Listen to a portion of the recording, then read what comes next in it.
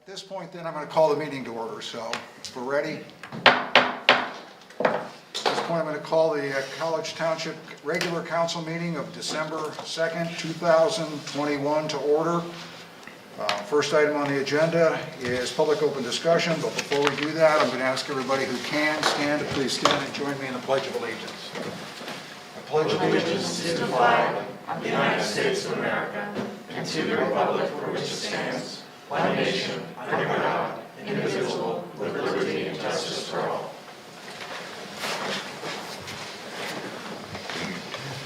Okay, so this is the part of the agenda where the public has an opportunity to address council on something that's not already on tonight's agenda. Before we do that, though, I'm going to go to the table here. Any council members have anything to talk about that's not on tonight's agenda? Looking at the left, Carla, Rich, Paul, Anthony, anything that's not on tonight's agenda? Nothing, thanks. Okay, to the public. Guys, anything that's not on tonight's agenda, I just ask that you step to the podium, identify yourself, and give us the executive summary view of what you'd like to hear what you'd like us to hear tonight. Absolutely. Well, thank you. My name's Mike Zemba. I'm with U-Haul. And this evening we're here just to get an overview or give you an overview on a property that we're interested in purchasing in College Township. It's the Nittany Commons at 2222 East College Avenue. I'm an area district vice president. I've been with U-Haul for going on 32 years.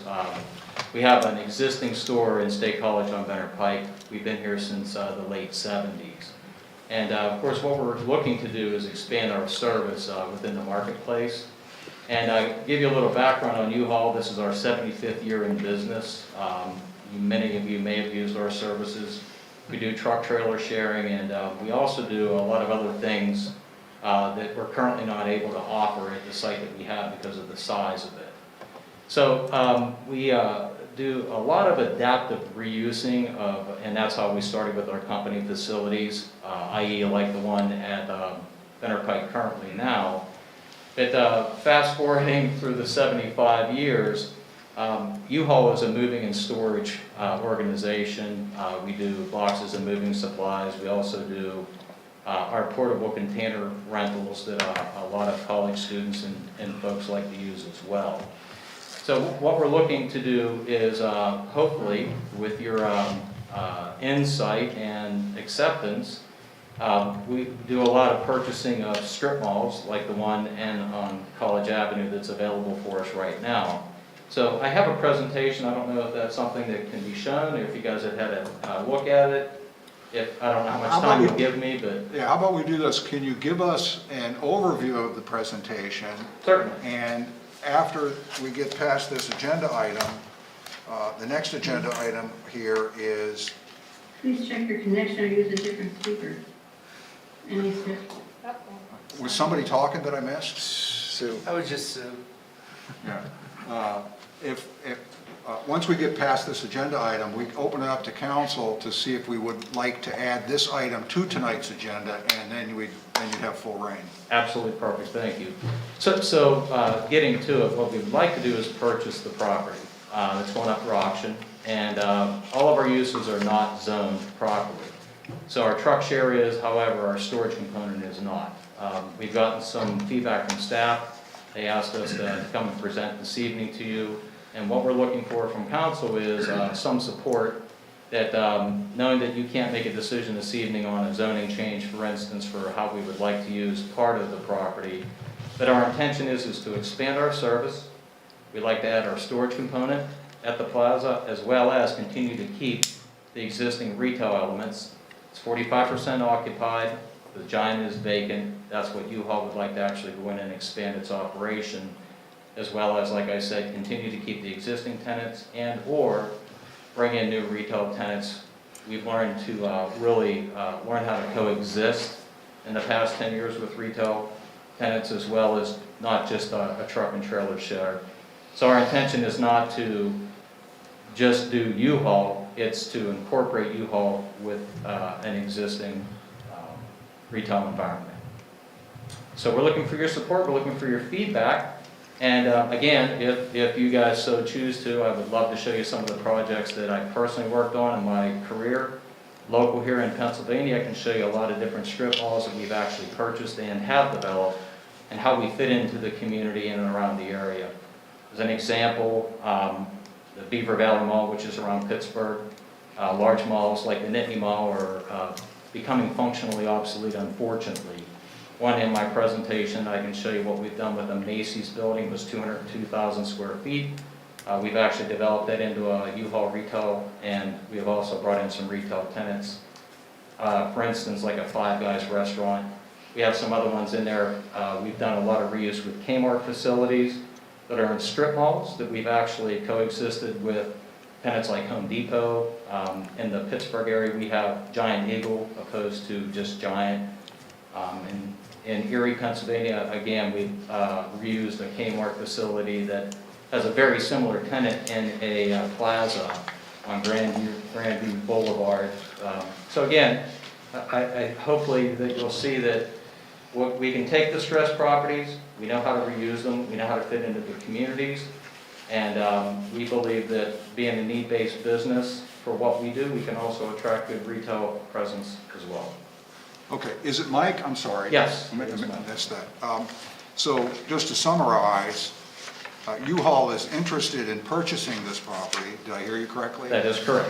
Or has an option to purchase it, or is interested in purchasing? We have an option, like I said, it's stressed, and it's actually going up for auction. Okay, and what you would like to do with it is not, at least one of the elements of what you'd like to do with it is not an allowed use in the current commercial zoning.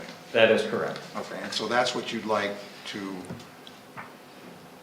present to us Yes. tonight for consideration. Okay. Yeah. All right, well, then is there anything else? Like I said, at the conclusion of this, we'll open this up to council and see what the desire is here. Sure. And one of the options is to add this to tonight's agenda or a future agenda, which would allow you to, expand on what we just talked about, maybe get some discussion, some back and forth. Sure. Before we close public discussion and before we move on to the next agenda item, does anybody have any questions for Mike? We'll have an opportunity to discuss this, but if you'd like to talk to him before we consider the option of adding. Just one question, the timing would help in the discussion, but you said it's up for auction. When is that? It's within the next week.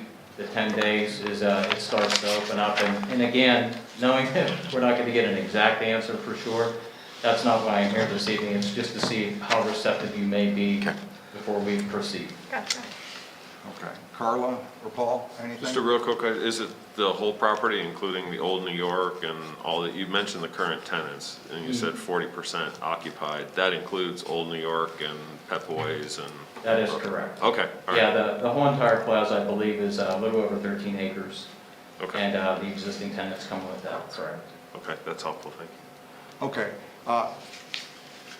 Are you guys together? Yes, Kurt actually actually runs this area. He's our marketing company president for the Harrisburg.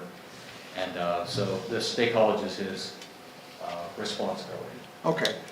Then if there is no further public comment on it, something that's not on the agenda, and I'm looking to our couple of our remote participants here, anything that you would like to address council on that's not on tonight's agenda? I'm looking at Sue, Ara, Cindy, Matt. Anybody? No hands. Okay. All right, then I will close the public open discussion agenda item, and we will move then to the second item on tonight's agenda, which is any additions to tonight's agenda. Council, anybody thoughts on what you've heard? Do we need to make a formal? Yeah, motion? if we're going to add this Okay, to tonight's agenda or a future agenda, I'll need a formal motion. We'll need formal action.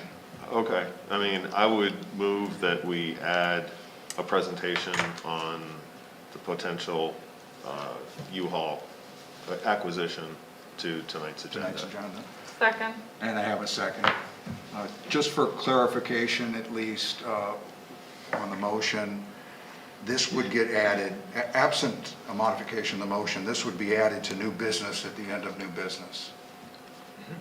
Yes, I should have clarified. Just so you guys know, it'll probably take us 60 minutes to get there. I would say 50 minutes, 60. I haven't been very good this year in projecting, so. 50, 80, Yeah, you can beg for the chair's consideration. Yeah. But it will be can tonight, zoom in. on tonight's If agenda. I don't know item. that, I would have said 2 words on it. Any further discussion on the motion?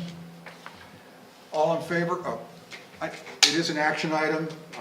By Robert's Rules of Order, I have to offer the public an opportunity to comment on tonight's motion. Anybody remotely? Okay. All in favor of the motion as presented signify by saying aye. Aye. Opposed? Anthony, are you good with the motion? Yes, aye. Thank you. Okay, motion carries unanimously. You guys are on the agenda as NB3. We'll see. I'm going to stick with my 50 to 60 minutes for right now. We'll see. Then that concludes, if there is no other motions to add anything else, we'll move to reports. We have 3 items under report, the first of which is the manager's update. Does the manager have anything to add beyond what's in tonight's packet? No, you will notice it is been shortened and condensed. The end of the year, there's been some significant progress, and I think going into 2022, we made an effort to try to clean this up a little bit. So it actually fits on the front and back of page, but I have nothing additional than what has been bolded here in terms of updates on projects. Well, you know, getting it on 2 pages is, it is. All right, any questions for the managers on the manager's report? I just have a quick question about the LTAC evaluation, seeing that the neighborhood released their mail survey. When do we expect to see that? I can check with Eric, he has not indicated. Okay. And I don't recall what the deadline was for submission of, Okay, yeah, I was just wondering if you had it offhand. If No. not, that's okay. I can hold on to my hat. That's it. All right, if there are no further questions, that concludes the manager's report. That takes us to the second section of reports, which is our COG, regional, county, and liaison reports. We'll start with council reports first. Let's start with Rich and then Carla. I am sad to say I have not had any COG reports or meetings since our last meeting. I'm resting up for December 9th's multi-meeting day, where I will represent 2 committees and then go to another committee meeting. I too am meetingless. Say what? I too am meetingless. Oh, hey, this 50 minutes is looking good so far. All right, Paul?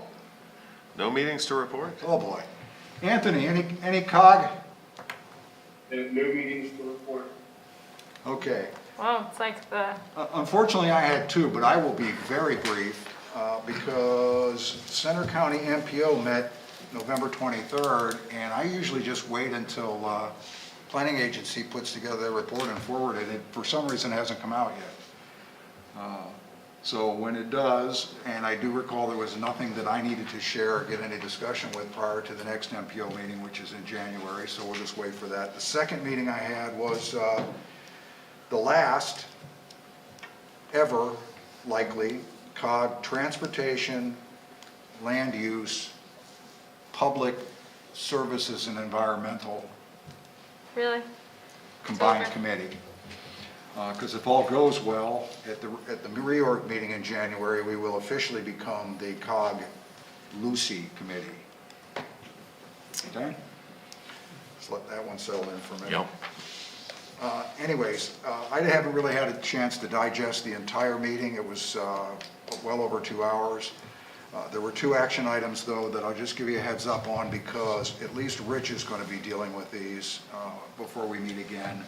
and that was 2 recommendations on the Act 537 amendments. And the first had to do with an improvement in downtown, an expansion, adding capacity to sewer lines.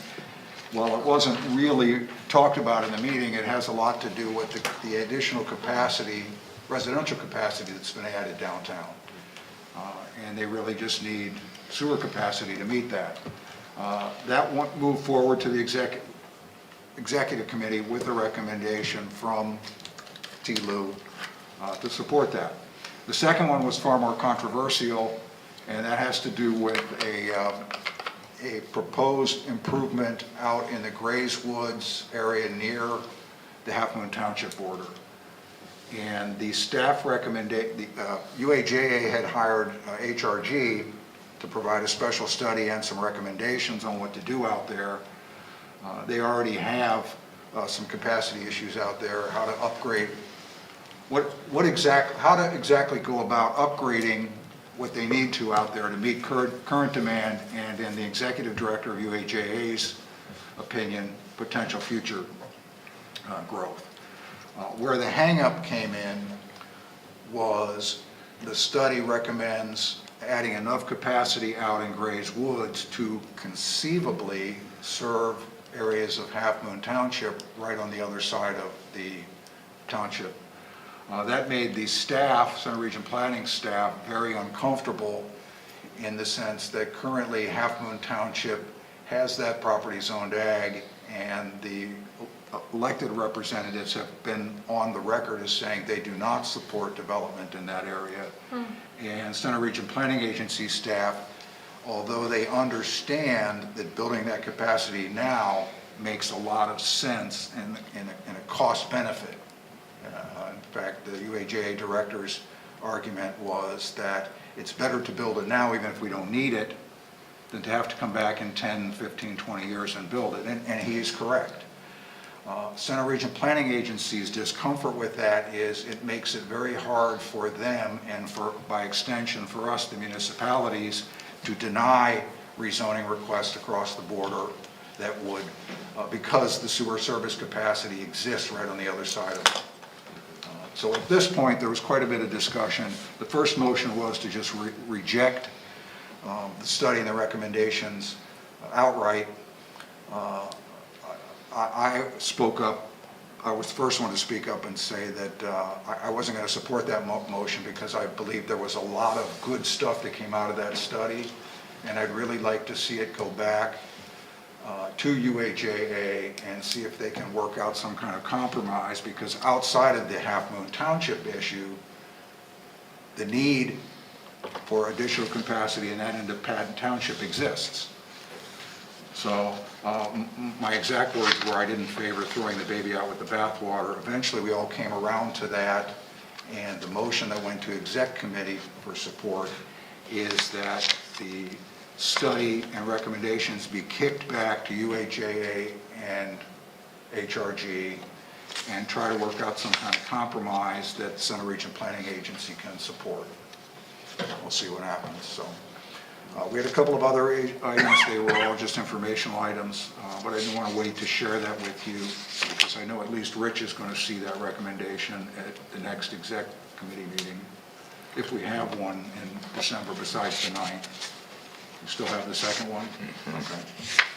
So that's it. Questions on that?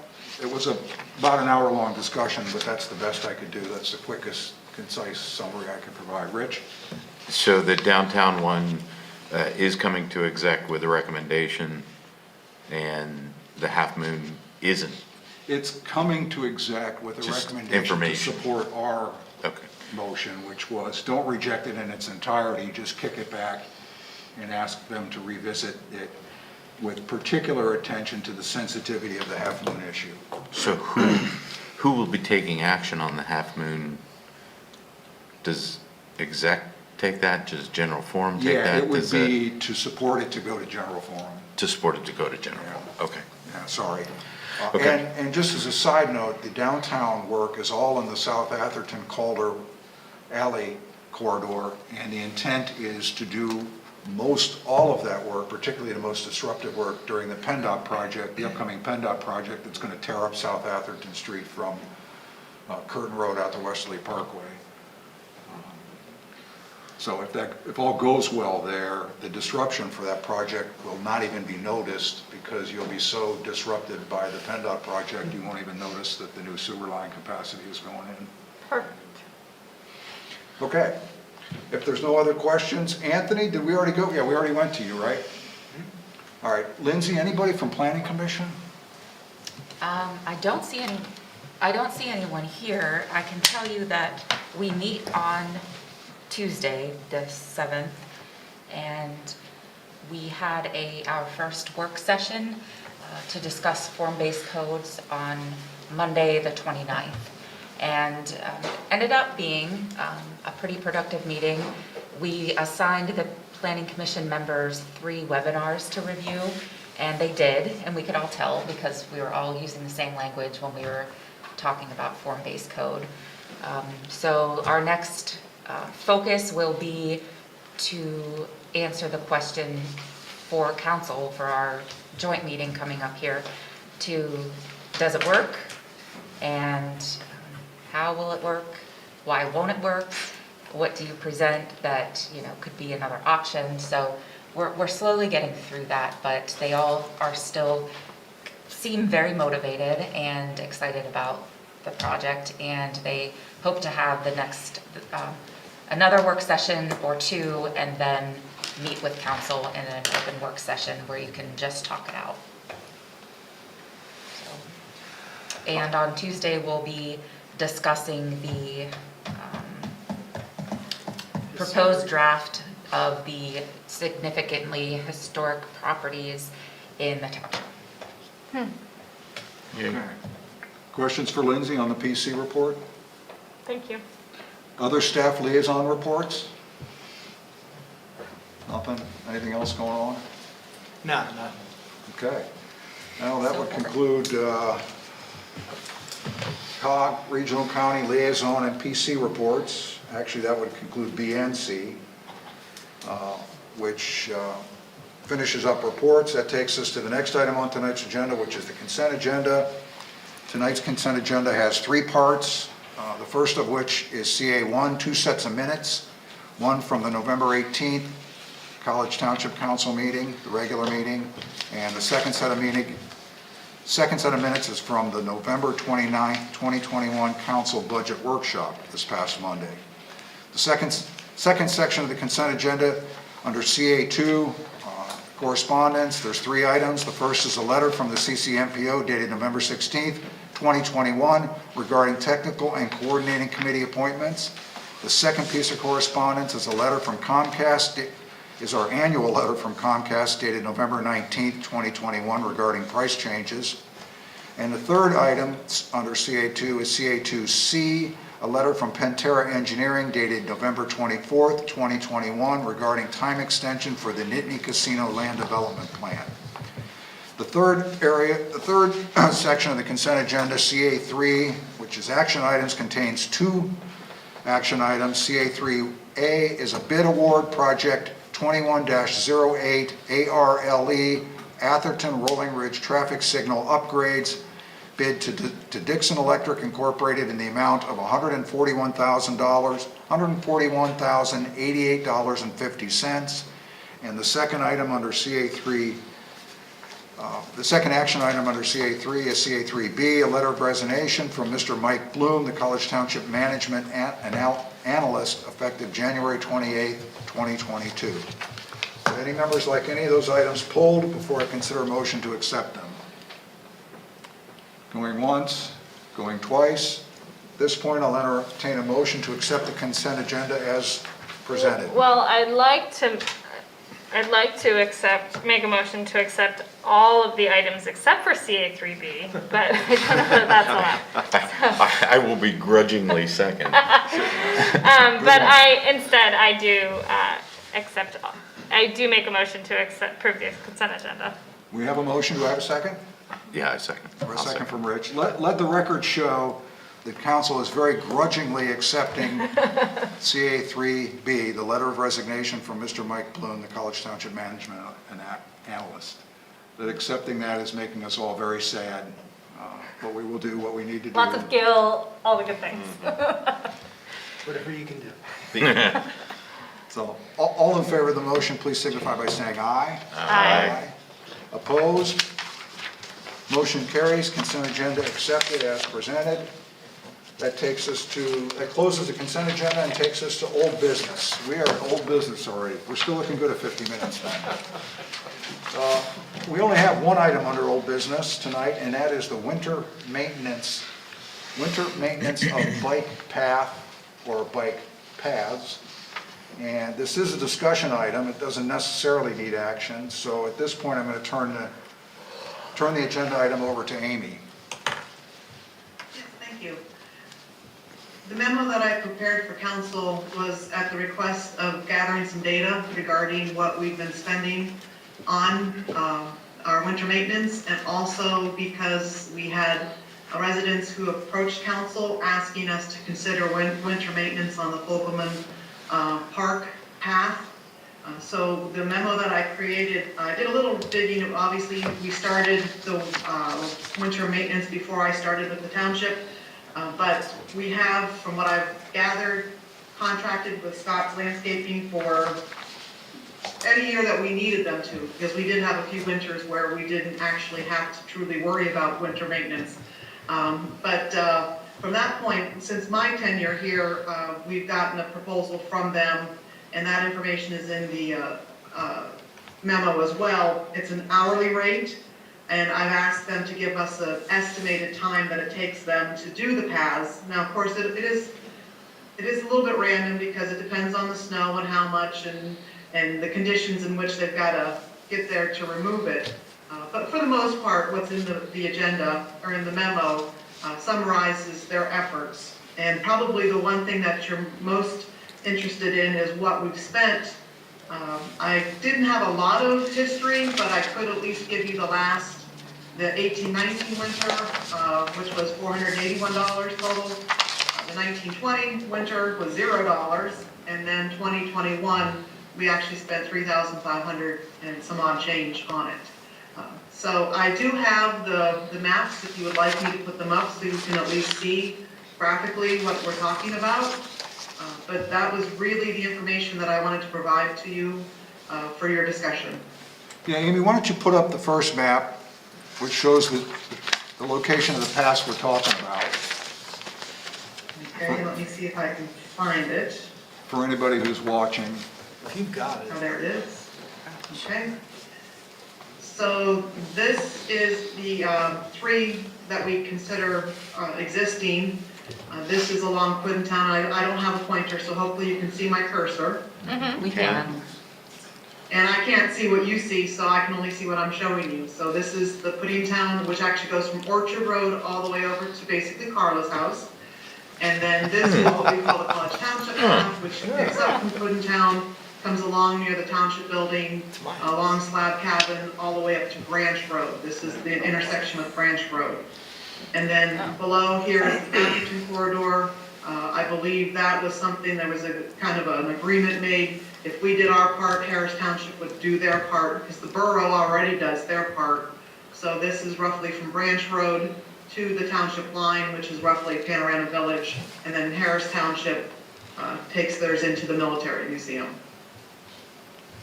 And then, Amy, while that map is up, if you could go to the very top of the map by Houserville School and just draw a little line of where the Fogelman connecting, I think it would go from the corner of Houserville School up to the top edge of the map.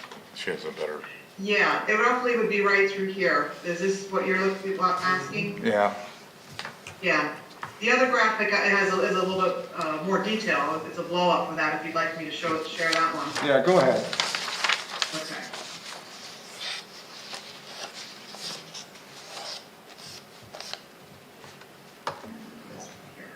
Okay, there. Does that show up good enough for everybody? Yes.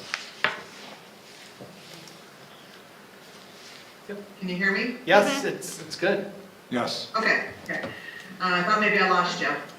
This is Meadow Sweet Drive here on the right-hand side of the map, and this is what we call the overlook portion. It cuts through the woods and continues down through the second set of woods. And what I've drawn is what I believe is probably the most logical point to consider.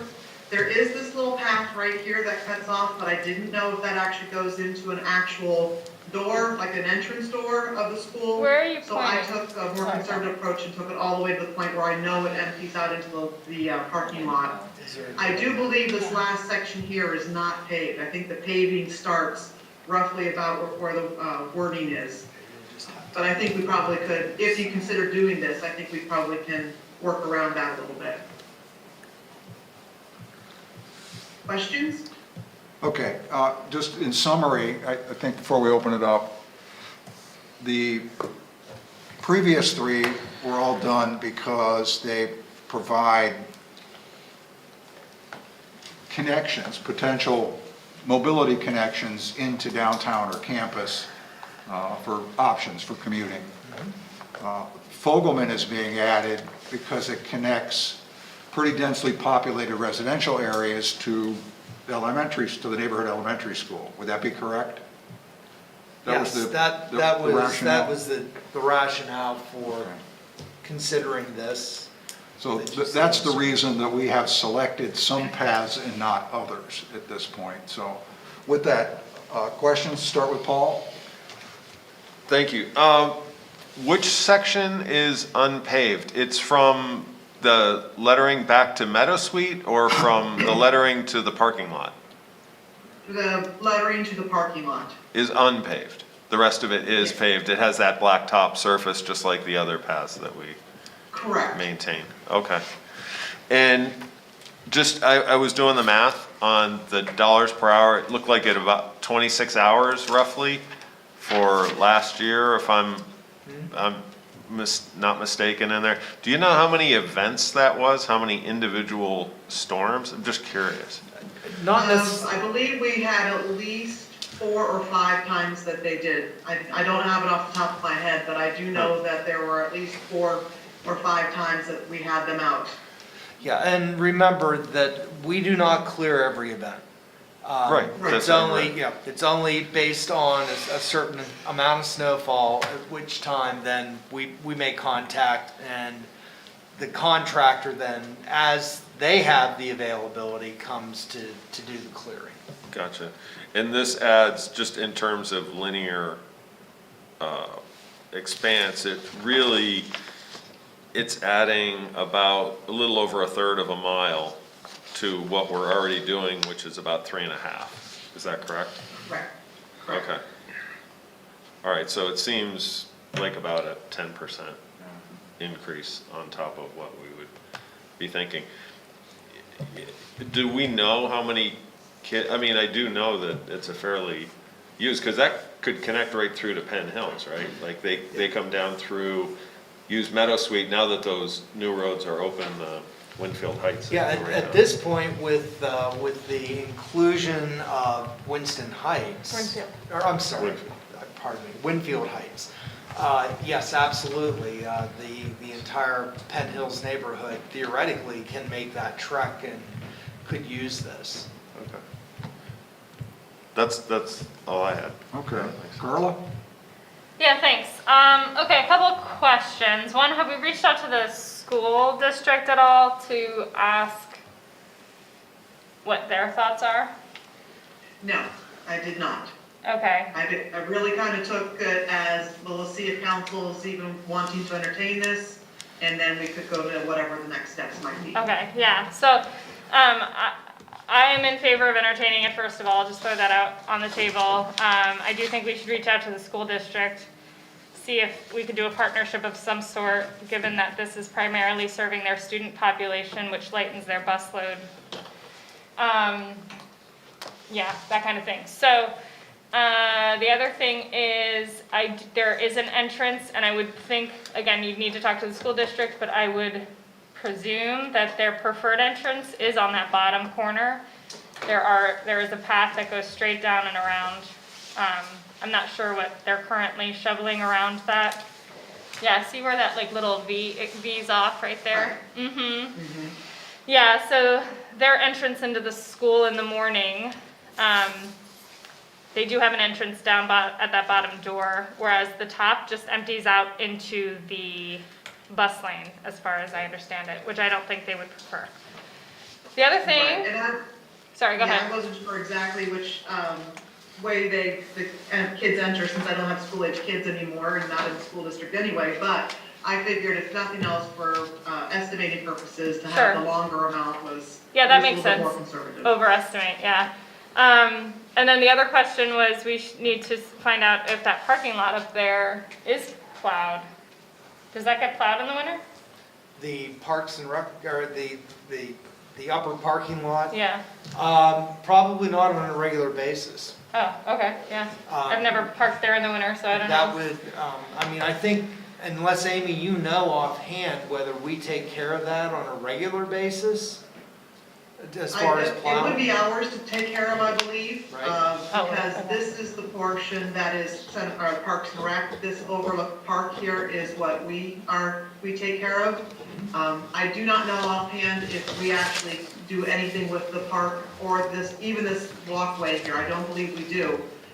But we probably do the parking lot similar to how we do every other parking lot to the parks, when we can get to it at the end of the storm as Right. cleanup. Sure. That makes sense. So, yeah, because that whole top portion is a parking lot. It's a gravel parking Right. lot, but, All of this here, yes. yeah. And I mean, if you don't plow it, I would understand why those fields are used for, for sports that are done not during the snow. So, anyway, yeah, just that's it for me. Rich? No, I support it as well. I think it's an opportunity to see it get utilized. From a cost standpoint, I mean, we're averaging about $1,300 a year over 3 years each year, so it's not gonna add that much to it, and I think it could provide that value well over the cost. Okay, Amy, it sounds like we're building a Anthony? consensus here. Pardon me? Anthony? Oh, Anthony? Nothing further to add. I think it would be good. I can support Carlos' comments on that, just to see. Can we turn him up? District, if he's on type of partnership. Is that on our end? I don't know, we can hear Amy pretty well. Great. Okay. So I think, Anthony, what I heard you say was that Carla covered everything? Yes. Okay, great. We had a volume issue there. Okay, so Adam, Yeah, I just wanted to point out one thing. I think the costs are insignificant if we were going to include it. I don't have any kinds of issues relative to costs. Clearly, it creates and makes additional connections that we don't have. That's clearly an advantage. The only thing that I wanted to throw out, and it's just a caution, and it's something to keep in mind, these paths originally were not designed to be paved. And when they started out, they were all trail aggregate. Okay, over time, because of the slopes here, all of these trails, the portions that are paved, which is probably now close to 90% of the paths that are here at Fogelman, were all repaved. So it's not necessarily, I'm not suggesting one way or the other, but do keep in mind that it was never the intention to utilize any kinds of equipment on them. And I think they were constructed a bit differently than what we have in terms of our other bike paths. So just in keeping that in mind, if it makes any difference, I just wanted to alert council to the fact that these are much more pedestrian, or started out originally as crushed gravel type trails. And as such were paved in order to stabilize all of that aggregate, given some stormwater kinds of issues. So I'm not vouching for the thickness of the paving or the ability of the paving to hold up. So it wouldn't necessarily surprise me if at some point we would have to go back in and do some additional maintenance. I'm not suggesting that that alone is a reason not to consider it. I just wanted to be sure that everybody understood that, so that we can anticipate whatever we may have to do in the future. Okay, we've been sufficiently warned. We've been warned. You've done your job as the manager. Appreciate that. Amy, Adam and Amy, I think we have a consensus here. Before we move off it, I had a couple questions. One, did it not snow in 2019, 2020, or is it possible that our own staff just did that year? It didn't snow. Didn't snow? It did not snow, and I don't think we had one big enough to have deployed the contractor to come out. And when it did snow, it was like 60 degrees the next day. That's exactly right. And then the other, this is more of a comment. Picking up on how I introduced this item before discussion, I support this, and I think council does too, but I would offer to the staff and council that along with this, we kind of informally accept some kind of rationale for why we've chosen these. Just for the same reason that Adam has given us a heads up on future maintenance. If it's the desire of this council or even staff that we, along with this, provide an informal statement that we are adding this to winter maintenance for this reason. For example, we've identified these 4 sections as important connectivity elements that cause them to rise above the rest of the lines on this map. It just so happens that they are, so this might be a good time to make that statement because I think you can justify them all for that reason. The only one that might meet that criteria that's not on here, I believe, is the recently built spur from Puddintown Road to Orchard Road. I think if you throw that one in there, then all of these kind of fit in an upper tier of pathways that I think we can justify the expenditure and put with the understanding that it might cause additional expenses long-term because they all serve they all provide important connectivity to downtown, the university, to jobs and schools versus maybe the rest. So just something to think about. I'm just tossing that out there as food for thought. Can I ask a quick question? Sure. The section from Puddintown to Orchard Road that you just referenced, that's currently not on our list of ones to be cleared, but it is contiguous with the section from essentially Millbrook Marsh or Orchard Road out to Carla's house. That's correct. Okay. I brought it up because if you were walking or biking in the winter to downtown or campus, you'd probably prefer to go that way than maybe down Puddintown and up College. Absolutely, yeah. I mean, I guess while we're on this, maybe it does make sense to add that in to this, given that I think the linear feet of that would be, again, pretty de minimis from a budgetary standpoint.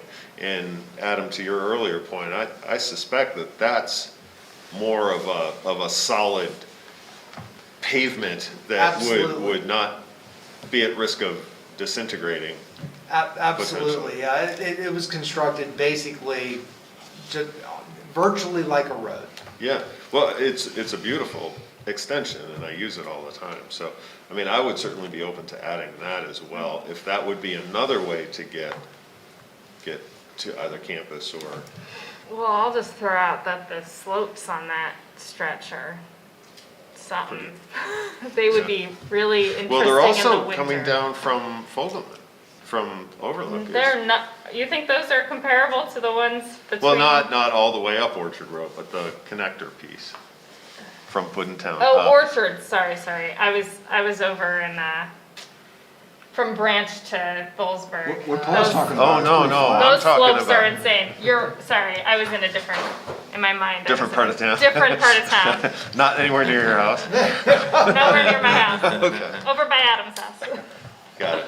Yeah, no, those I also run on a regular basis, yes, those are. But not in the winter, maybe. Well, it's a depends. lot of dry winter days. But anyways, thoughts on that? I think it makes sense, if we're gonna employ a rationale to make connections, Orchard Road's a logical one. It's clearly built to sustain and handle not only the pedestrian bike traffic it's gonna get, but it's also certainly capable of holding up to any type of maintenance activity. And I also think that the Fogelman Field path, from a directional standpoint, makes perfect sense. My only concern is over time, whether or not we chew up that surface. But again, I don't think it's enough of a concern at this point to the ward consideration.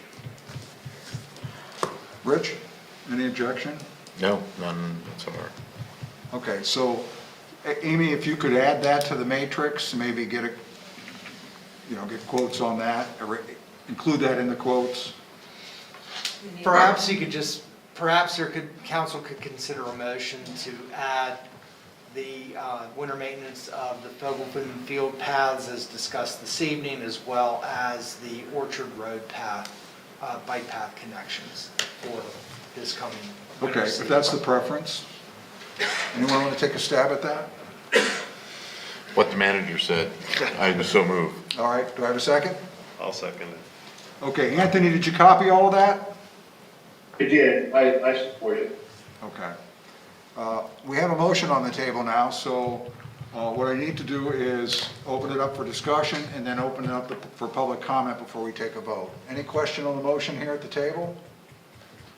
I will say I appreciate you guys humoring me in my anal desire to always have things rationalized for the future. All right, public comment on the motion. Anyone listening remotely? Okay, all in favor of the motion, please signify by saying aye. Aye. Anyone opposed, say nay. Motion carries unanimously. Thank you, Amy. Thank you, everyone involved. And that concludes old business. That takes us to new business, under which we have 3 items. The first of which is that budget item. Is the proposed 2021 College Township budget. We will need action on this tonight in a couple of areas in order to keep on our required timeline for both the public hearing and the adoption. So with that, before I consider a motion, I'm going to give Adam an opportunity to introduce this agenda item. Thank you very much. We do have a short presentation we're going to go through here. First off, I want to commend College Township staff for the work that they did in compiling the budget this year. It was an interesting year in a variety of ways. As all of you know, the pandemic wreaked havoc with our revenues from 2020 and into 2021, which made budgeting an adventure. But I'm very pleased to say that we have weathered the storm, and I think that what we're about to present here this evening will be received well by members of council as well as the public. So essentially the step we're at here tonight is we are here this evening to adopt a proposed budget. By adopting the proposed budget, that starts a 20-day time clock that is prescribed in the second-class township code to allow the public to review documents and to analyze and look at the budget numbers and the revenues and expenditures, and be prepared to come back after 20 days and make any kind of comments that we might receive during a public hearing prior to the adoption of the budget. That public hearing is set for Tuesday, December 28th. It will be a special meeting of council. The only item of business on the agenda that I'm aware of at this point will in fact be the public hearing for the adoption of the budget. And I believe that will be primarily a hybrid meeting that will be starting at noon on December 28th. With that said, if we can go to the next slide. Last year, Council approved a 0.3 of a mil increase for this current budget year, 2021, as it was absolutely impossible to deliver a balanced budget without that increase. And as it's noted up there, it would have had a catastrophic impact as we moved into preparations for the 2022 budget. We obviously, as I've mentioned, we had a major impact to revenues. Most of our revenue categories have recovered, but there are still some that are lagging. For example, and most notably, the Penn State impact fees, which are fees that we receive as a result of events that are held at the Bryce Jordan Center. Of course, there were virtually no events that were held in 2020 and very, very few that were held in 2021.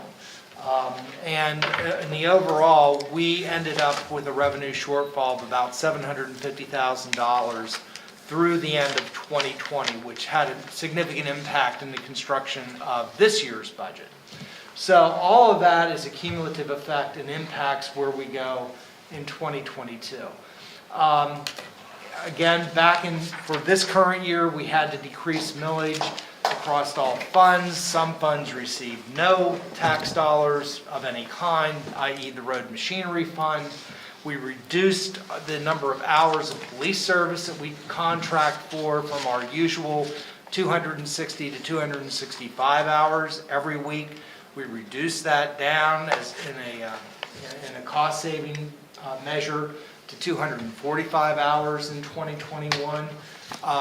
There were no merit increases that were given. We only signed the COLA increases to employees, and we had a hiring freeze in place since June of 2020. Good news is we did receive some federal aid. The first was in the form of some FEMA money for reimbursement of expenses for making necessary improvements, corrections, safety improvements to allow our employees to come back to work. And we also received the first of what will be 2 payments as a result of the congressional funding of the American Recovery Plan. We did receive $526,000 in July of this year, and we expect to receive an equal amount in July of 2022. Next slide, please. So here is, again, where we ended up in 2021. We talked about cost-saving measures. The general fund is kind of our go-to fund, our collective fund. It's our general checking account, if you will. And while we didn't save substantial dollars there, in fact, we kind of overspent what we had budgeted, we generally did make up in a number of categories. We managed to realize savings through the end of the year. So we had budgeted expenditures of $10,500,000 at the start of 2021, and that came in almost $1.5 million less. So generally speaking, the belt tightening that the township did, I think worked out very well. Next slide. Now, it's going into the 2022 budget. The bottom line is that the total millage that currently exists, 6.10 mils, will stay the same. There is no tax increase going into the 2022 budget.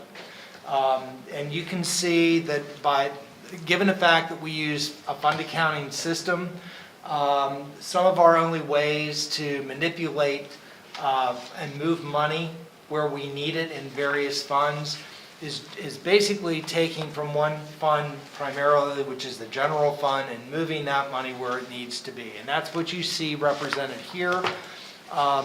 Last year we had 2.74 mils of property tax that would go to fund the general fund. This year it'll be 2 mils to fund the general fund, but that additional 0.74 gets moved around where it was needed in the other funds. The net result of all of this is that the total millage stays the same. every category, fire protection, road machinery, parks and recreation, the library, debt service, are all funded at or above capacity, or at or above where they need to be in order to meet all of our obligations. Next slide, please. Now, just an interesting fun fact. We talked about the 6.1 mils. If the only thing that we had available to us in terms of revenue were property taxes, in order to generate the same amount of revenue, the property tax rate would have to be 24 mils, which is kind of crazy. Fortunately, there are other taxes and other revenue streams that we can access in order to address that and to keep the burden entirely off of property taxes. So our current average residential annual tax bill is about $478 per year. So, thank you, Lindsay. Next. So, and again, speaking about the funding sources, you can see about a quarter comes from property tax, a little more than a quarter come from earned income tax, local services taxes, and similar Act 537 taxes. We expect about 5% from long-term debt. There's intergovernmental transfers, forms of grants, and built-in receipts that come to the township every year of about 17%. And then charges for fees and services, another 5%. And everything else that's out there represents about 18.4%. So the bottom line is that our total funding, our total revenue that we're anticipating for 2022 is just under $11 million. Next slide. And this is where the money flows to. These are the expenditures for 2022. And again, you can see that we increase from our current year 245 hours of police services a week. We have raised that to 255, so we're starting to get back to where we were, and incrementally. And basically that $1.5 million represents about 13% of the budget expenditures that we make every year. Our debt service, which is both principal and interest, represents about 5.3% of our overall expenditures. Capital projects, this is clearly our largest area. These would be road improvements, sidewalks, paths, parks and rec, well, not parks and rec, but other types of general improvements that we make throughout the township. 3.31 million, almost 30% of our budget.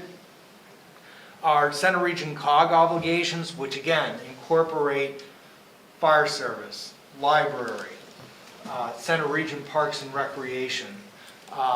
Those represent almost 12% of our total expenditures. Payroll and benefits, about 23% of expenditures, and all their spending, which is utilities, insurance, etc., technology, about 16.6%. So with that, we're anticipating expenditures of about 11.18 million. With the fund balance that we are carrying and the funds that we were able to save, even though the previous slide showed a $10.88 million of revenue, and this is showing $11.18 million of expenditures, we have all of that covered by using our various fund balances. A couple of quick notes.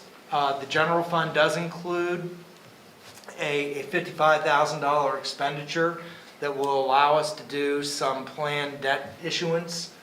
So we do anticipate adding a little more money to our debt service so that we're able to execute a few more capital projects. So that money has been built into the budget. And that total borrowing is anticipated to be, the drawdown for the year 2022 is anticipated to be about $575,000. Next slide. So in terms of things that we're going to get doing and be doing in 2022, We have the Phase 2 of the Pike Street Traffic Calming Project. We've got a number of public works projects. We have some significant equipment replacements this year that equal almost the amount that we're going to be spending on our road projects. We have likewise our signals and signage, which is an increasingly larger and larger share of our obligations from year to year. We have 28 traffic signals in College Township. Every one of those has a controller. All of those have equipment that needs to be upgraded and maintained on various schedules. And as technology increases, there's a tendency for these things to be a little more pricey and cost some significant dollars. Buildings and grounds, stormwater, some various parks and rec projects that we're going to be undertaking. And of course, we mentioned technology. We will have the launch of a new website. Will actually occur, I believe, the very end of January of 2022, beginning February. So that'll be up and running. We have some other assorted upgrades and improvements that we're going to be making there. So next slide. One of the things that we talked a little bit about this during the budget workshop is we are now utilizing some software, a software service called Robotics to help us to assess the condition of our township roads so that we can make some better determinations about what needs attention. We've used this for 1 year, and I think to great effect. It is a fairly sophisticated evaluation system where we have problems, and that enables us to make modifications to our replacement schedule or improvement schedule, and to move those roads that need the most attention forward and advance those so that we can address them. And we will continue to use that. We did and evaluated about half of our roads last year. We'll be doing the second half this year. And we look to continue using that every 2 or 3 years here to assist us in those evaluation measures. And finally, the state law does require second-class townships to adopt a budget no later than December 31st of the outgoing year. And we are well on our way to be able to do that if the proposed budget this evening is actually adopted. Next, and as always, this information, as long as the detailed budget, our capital improvement plans, our audits, opportunities for public service, all of these things can be found at the College Township website, and our residents and others are encouraged to go there and seek that information. So with that, Mr. Chair, that concludes the overall presentation. If there are any specific questions that I might be able to answer tonight, I'm happy to do so. Okay, before we open it up, just to note that this council spent several hours Monday night going through the budget and seeing much of the same information that the manager just shared in the meeting. So much of what was done tonight for the meeting was done for everyone else besides council. But with that, we'll start at this side of the room. Carla, questions for manager? No, thanks for the thorough presentation. We went, as you said, we went over it in detail. Rich? No, Monday was very informative, and the briefing here captured all that information. Paul? Thanks again, for the great presentation. I really appreciated too the call out of the robotics. I think that's a really great investment and helps us spend our dollars wisely, which is something that I mentioned Monday night as well. I didn't know if you wanted to talk just a little bit about how we're potentially integrating the American Rescue Plan funds that are in there, because that could be a fairly significant piece of our 2022 budget that we're treating somewhat conservatively now, but I think it's important for our residents to know that all those things that we did could benefit us in a fairly significant way moving forward. Yeah, that's very true, and it's a good segue. Thank you for reminding me. As was shown on the slide, we received $526,000 in the ARP funds back in July. The U.S. Treasury is empowered to actually issue rules and regulations about the use of those funds. And while there is an interim rule that exists that governs monies that have been distributed, there is not a final rule. However, within the interim rule, there is an ability for municipalities to utilize ARP funds as revenue replacement. And that is something that is anticipated not to change much, if at all, in the final rules that are issued by Treasury.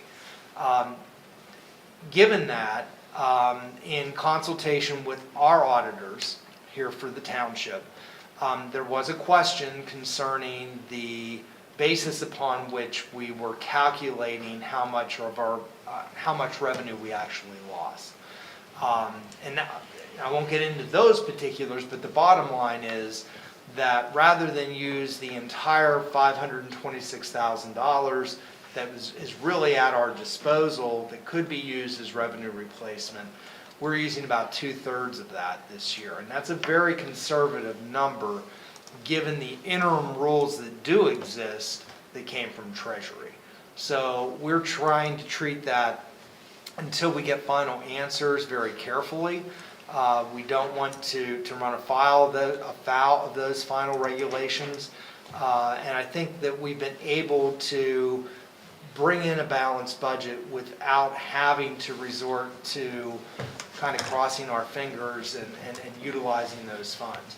What this does is it does set us up potentially going into the construction of the 2023 budget. It does provide us with more capacity than what we currently are seeing. And the projection at this point is that our revenues will recover close to 100%, if not hit 100% recovery from where we were, say, in 2019, in this coming year in 2022. Should that happen, and given the availability of the ARP money, I believe that we're in a very good and very strong financial position for the construction of the 2023 budget. And if I might, you mentioned the $526,000 we've already received. We're also scheduled to get another $526,000 in July as well, which would also, is not considered in this budget. That's right. In terms of our planned expenditures, but may carry over into the 2023 budget. That's I just true. want to be clear when people are looking at this, what they're seeing. We actually have placed all of the ARP money in our capital reserve fund. And other than that, other than about $350,000, all of that money, the balance that we received this year as well as next year's projected receipt is all located within the capital reserve fund. That's all I had. Thank you very much. And I appreciate the explanation for anybody looking at that. Thank you. Okay, Anthony, questions for the manager? No questions. I just want to kudo on the manager, staff, and this council for being able to sharpen our pencils on considering the circumstances we've had for the last 2 years, well, through 2020 and continues here. Being able to work understaffed when we had higher increases and then just sharpening our pencils across the board. So I just want to say thank you. Yeah, good point. This is an action item. It does require a motion. In fact, the motion that's required is to approve the 2022 proposed College Township budget and advertise public hearing on that budget for Tuesday, December 28th, 2021. So moved. Is there anyone interested in making that motion? Paul, do I have a second? Second? Second? Okay, question on the motion. Any further discussion?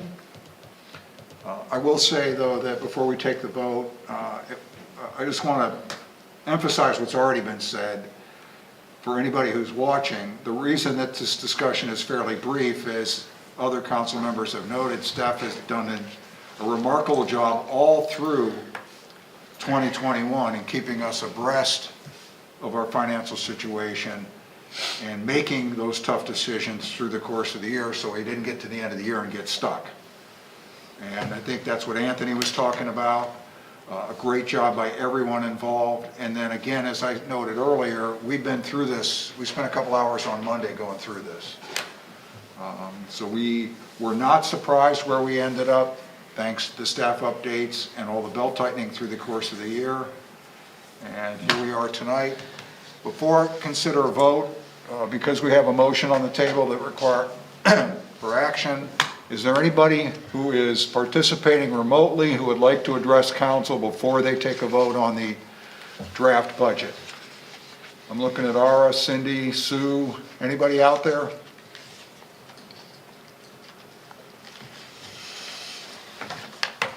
Okay.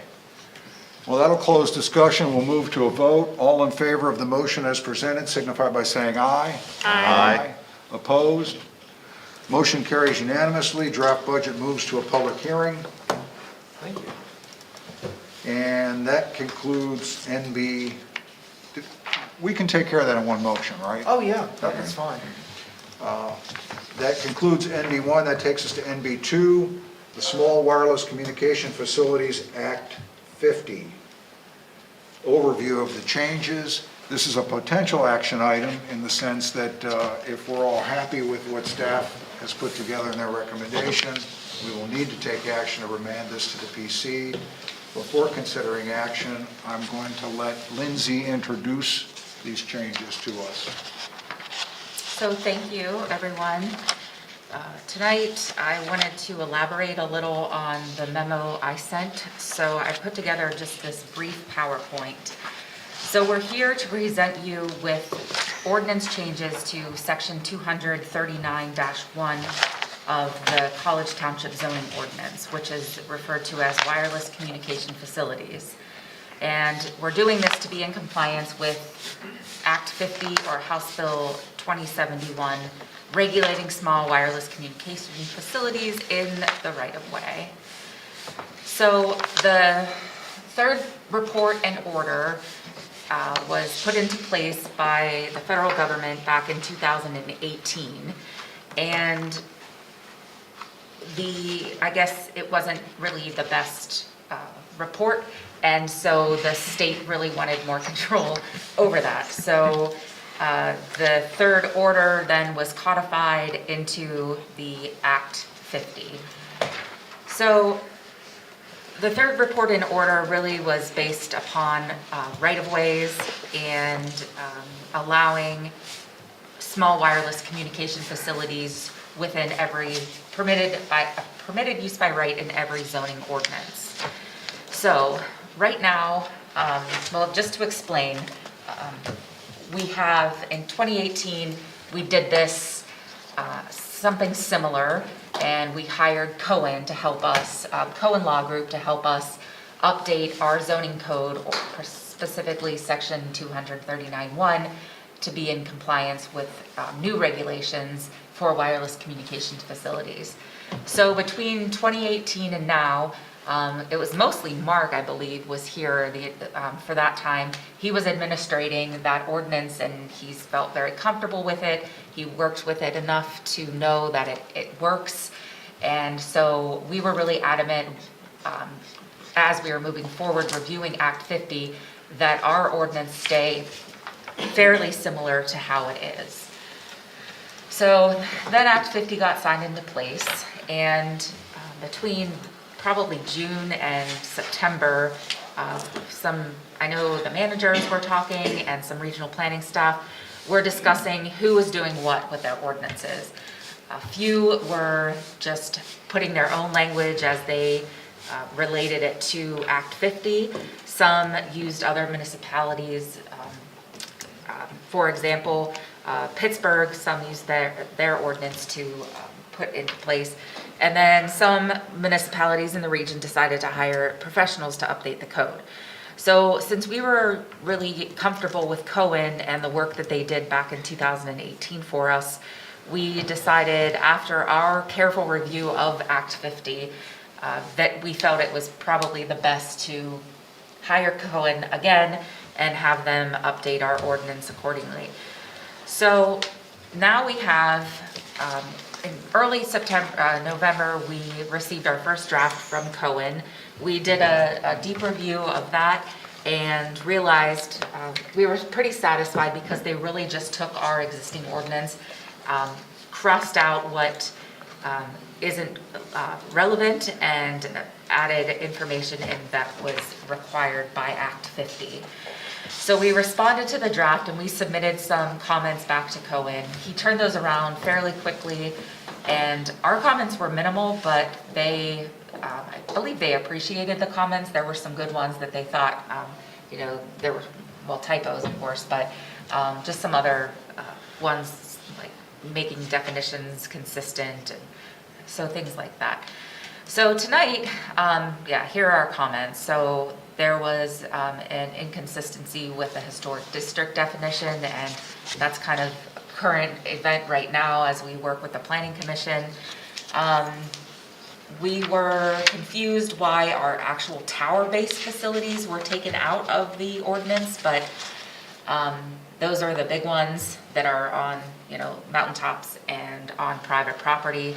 And this is really geared more towards this small wireless communication facilities within the right-of-way. And then we have the option to determine how these WCFs are placed on municipal structures. So we had to list our most preferable to our least preferable as where they can be attached. So Don and I discussed that power communication poles would be our first preference, then traffic signal poles without traffic signals, light pole, non-decorative light poles, traffic signal poles, and then decorative light poles would be the last that we would prefer any WCF be placed. So we also wondered how, a lot of this stuff is kind of above our level, so we wanted to just ensure that all of the applicants are able to prove that they're in compliance. So of course, we will review those, and but they also, all of the applications have to be certified by the applicant or their engineer.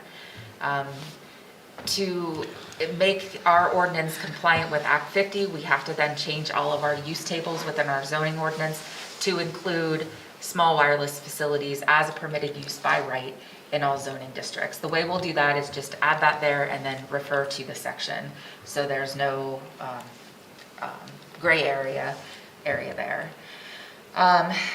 So they also, one new thing is a design manual was prepared and sent to us for our review, and this design manual just allows the township more control over how these look, where they're placed, the paint, if we wanted to control that, and how close they can be to some other residential structures.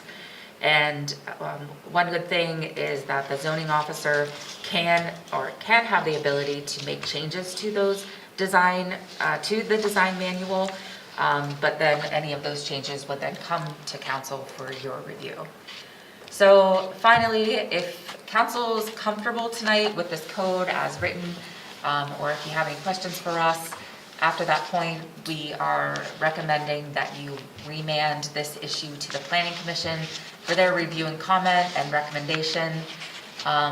We would then bring their comments back to you, and if you approve, then set your public hearing. We would take it to CRPC as required, and then you would hold your public hearing after public notice and finally enact the ordinance. So I tried to keep it brief, but I'm here if you have any specific questions, I'll try to answer. Okay. Before we open up to questions, I think the point tonight is if we have any particular heartburn with any elements of this, we would like to get that out now ahead of Planning Commission. As far as little things go, we let Planning Commission sort through that.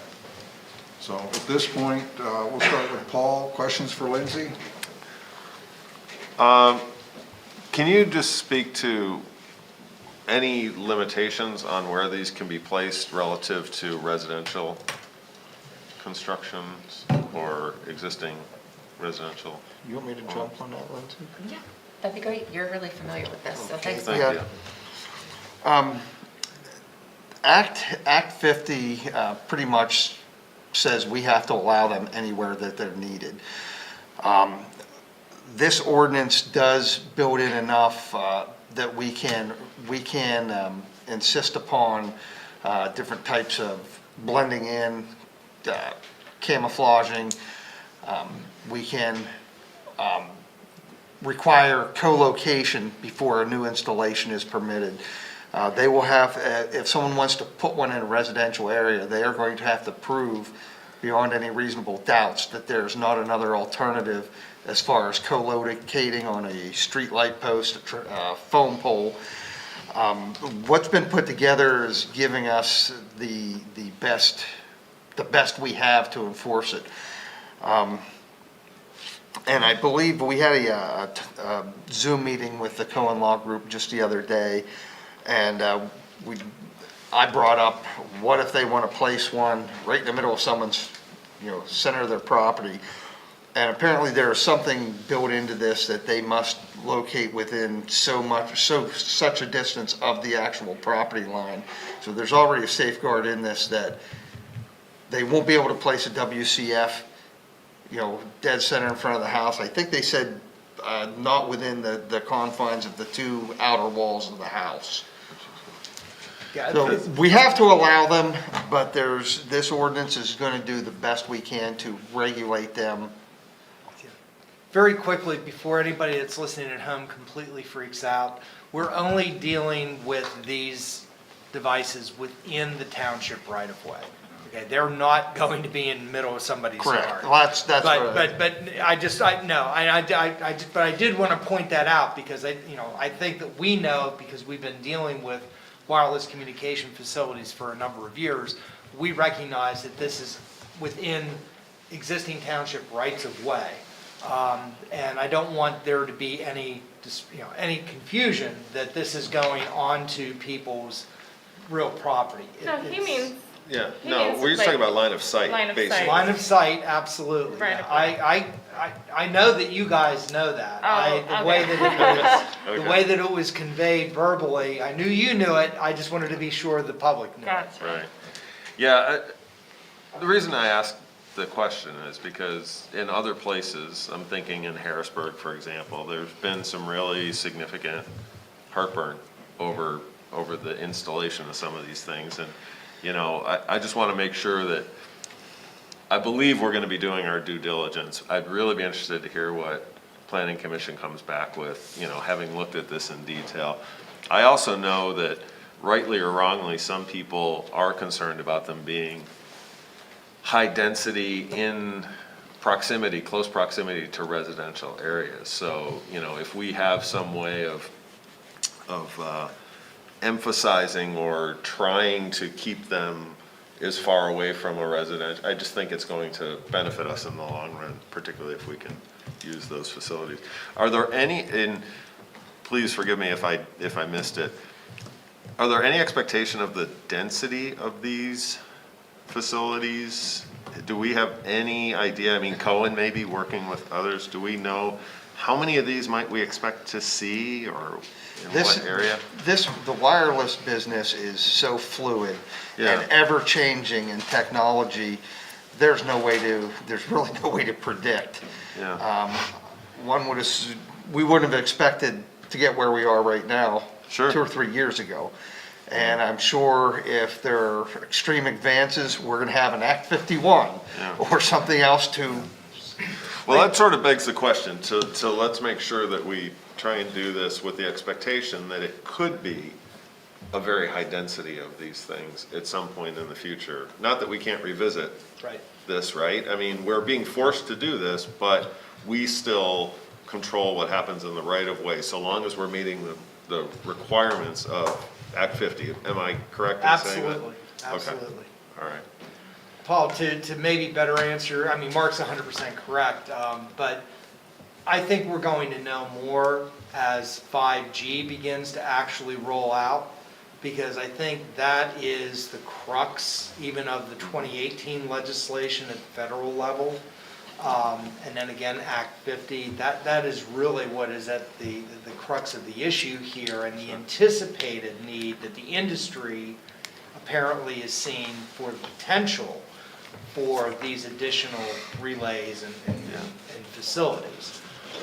And to the extent that it's here, we see what we have now, but again, as it advances and there's more of that, I think that is our best rule of thumb or guide that we can use. No, and I appreciate all the due diligence and everything you guys have done to do that. I just know that I've talked to folks in Lamont, for example, who've already brought this up to me and said, you know, what's this gonna mean for us going forward? So I just wanna make sure we're really staying on top of it. So that's all I had. Thank you. Rich, and then Carla? Yeah, I mean, we intended that, we knew that this was gonna have to be a living document because it is a fluid industry and everything like that. And you know, kudos sticking with Cohen. I mean, they do appear to be the subject matter expert on this stuff. Having worked through this originally in nauseam, I do have some concerns about some of the strikes that I think staff has indicated. And I trust between staff and planning commission, they're gonna go, okay, if we're taking it out of here, where are we protected for this elsewhere? Because there are, and there's a number of these in here that are in here because they were real world things that we experienced that precipitated this whole ordinance and everything. So, just be very, very careful about just taking it out. If it's not hurting anything, it's another tool in Mark's tool bag, if it's in there and everything. But yeah, I absolutely want to see this get to planning commission and continue the process and keep going before a development plan is sitting in front of us and we have no ability to counter it. So, to speak to that, Rich, when I talked to Mike the other day from Cohen, he did say that, I asked about the pending ordinance and what they can do, and he said they could, choose to not go with the pending ordinance, and go with just what's in Act 50, but it's usually too much of a fight that they don't want to do that, so they would just comply with the ordinance that we have pending. Cool. So, that kind of put my mind at ease a little too. Yeah. So just to follow up on that, a pending ordinance would be one that council has moved to planning commission? No, once it's advertised. Advertised, okay, Yeah. that's what I feared. So that's to Rich's point then, the sooner we get through this, at least we'll have a pending ordinance. Okay, Carla? Yeah, I appreciated Rich's comment about the strike-throughs. Yeah, we put a lot of sweat into this. I haven't been able to dig in. I've only been able to do a quick one read through, which is not nearly enough for an ordinance of this size and complexity. When do you want, will it be after planning commission that you want council's deep dive into this, or is that too late? Would you like it before planning commission? I mean, I will do a deep dive and I will have a lot of comments, so just letting you know, like, that's how I roll. I think if you could get them here definitely before we bring it back to you. Okay. So then that way, does that make sense? Yeah, so if you get them to us, we can include them, and then you'll be able to see them for your second review. If you do it before the planning commission, then they would have the opportunity to see that as well. So that would also be beneficial. So. Would I meet with you? Yeah, if you want to get together. Okay. Someday in the next couple of weeks. Yeah. We could do this. We'll plan to send it to the planning commission. Does have a lot on their plate, so yeah. I think if we wait maybe until probably not their reorganization meeting, probably their second meeting in January, we might bring this to them. I mean, the thing we have to keep in mind, and again, I totally agree, Cohen Law Group's great. The thing we have to keep in mind is that this is not like Joe Builder, this is not U-Haul. This these are companies whose concerted effort is skirting everything they can and Yes, using crazy exactly. expensive lawyers to do whatever they can to take advantage and make the dollars. And it's really frustrating, and we've been down that road, and, yeah, and so I just wanna, it's just like, this ordinance was just such a headache before, and it's not that I don't trust Cohen Law Group, it's just that I need to get, we did that once, we said, oh, this is the general ordinance that they give you, we're just gonna accept it, and we were all like, okay, this is the ordinance that came from the state, like, okay, and then, We amended it. We amended it a month later. and then we amended it again. And then we amended, then we did it right. Yeah, so, yeah, all that to say, okay, so, quick questions, there's a part, and you don't have to answer it, just jot it down, there, page 4, number 7 says, no tower-based WCF or attached WCF may be located in a historic district. I don't know if that contradicts the all zoning districts must allow. I don't, Yeah, that's one thing I brought up with Yeah. them. so, Yeah, it's I know, staff and comments. whether it does or it doesn't, that's just my comment. I'm just throwing it out there. We don't necessarily need to discuss. The other thing was we dealt with our last application. They wanted us to approve it before they gave us the confirmation that that West Penn Power had said yes. There was this whole, our approving would then have played West Penn Power to say, now you have to, but it was this whole, they were playing us against West Penn Power. Is there some way to work? I know engineer has to sign off, but is there some way to work? I We saw have- something we- about we have ownership third- of the third land party, has to yeah. sign Yep. off, but I feel like that was already in there at the time, and they were still, Well, in the like, the case. owner of the land was different from the owner of the pole. Correct. That was it. Okay. That was the deal. He was like, oh yeah, the owner of the land's great with this, but the owner of the poles never told us that they were. Right. I'm wondering if we can somehow work that in. Okay. That seemed like a biggie, and I think that's it from, It's in there, it's modified slightly, it goes third party, it references third party or whatever, Okay. but yeah, that and the design, that, they didn't want to do their design work until after we approved it, and we wouldn't approve it until they did their design work. Exactly. And, so that language, tough language needs to be there. Okay. And Yeah, those darn council members wanted to see what we were approving. Yeah. Go figure. yeah, so that's preliminarily all I have. Okay. Okay. Just for clarification, when you meet with Carla, I think we're all comfortable with that, with the understanding that those are comments coming from a single council member. If there were any, big picture kinds of things that cut to the heart of the ordinance, those would be things that we would have to discuss. All my comments will be questions. How about that? Yeah.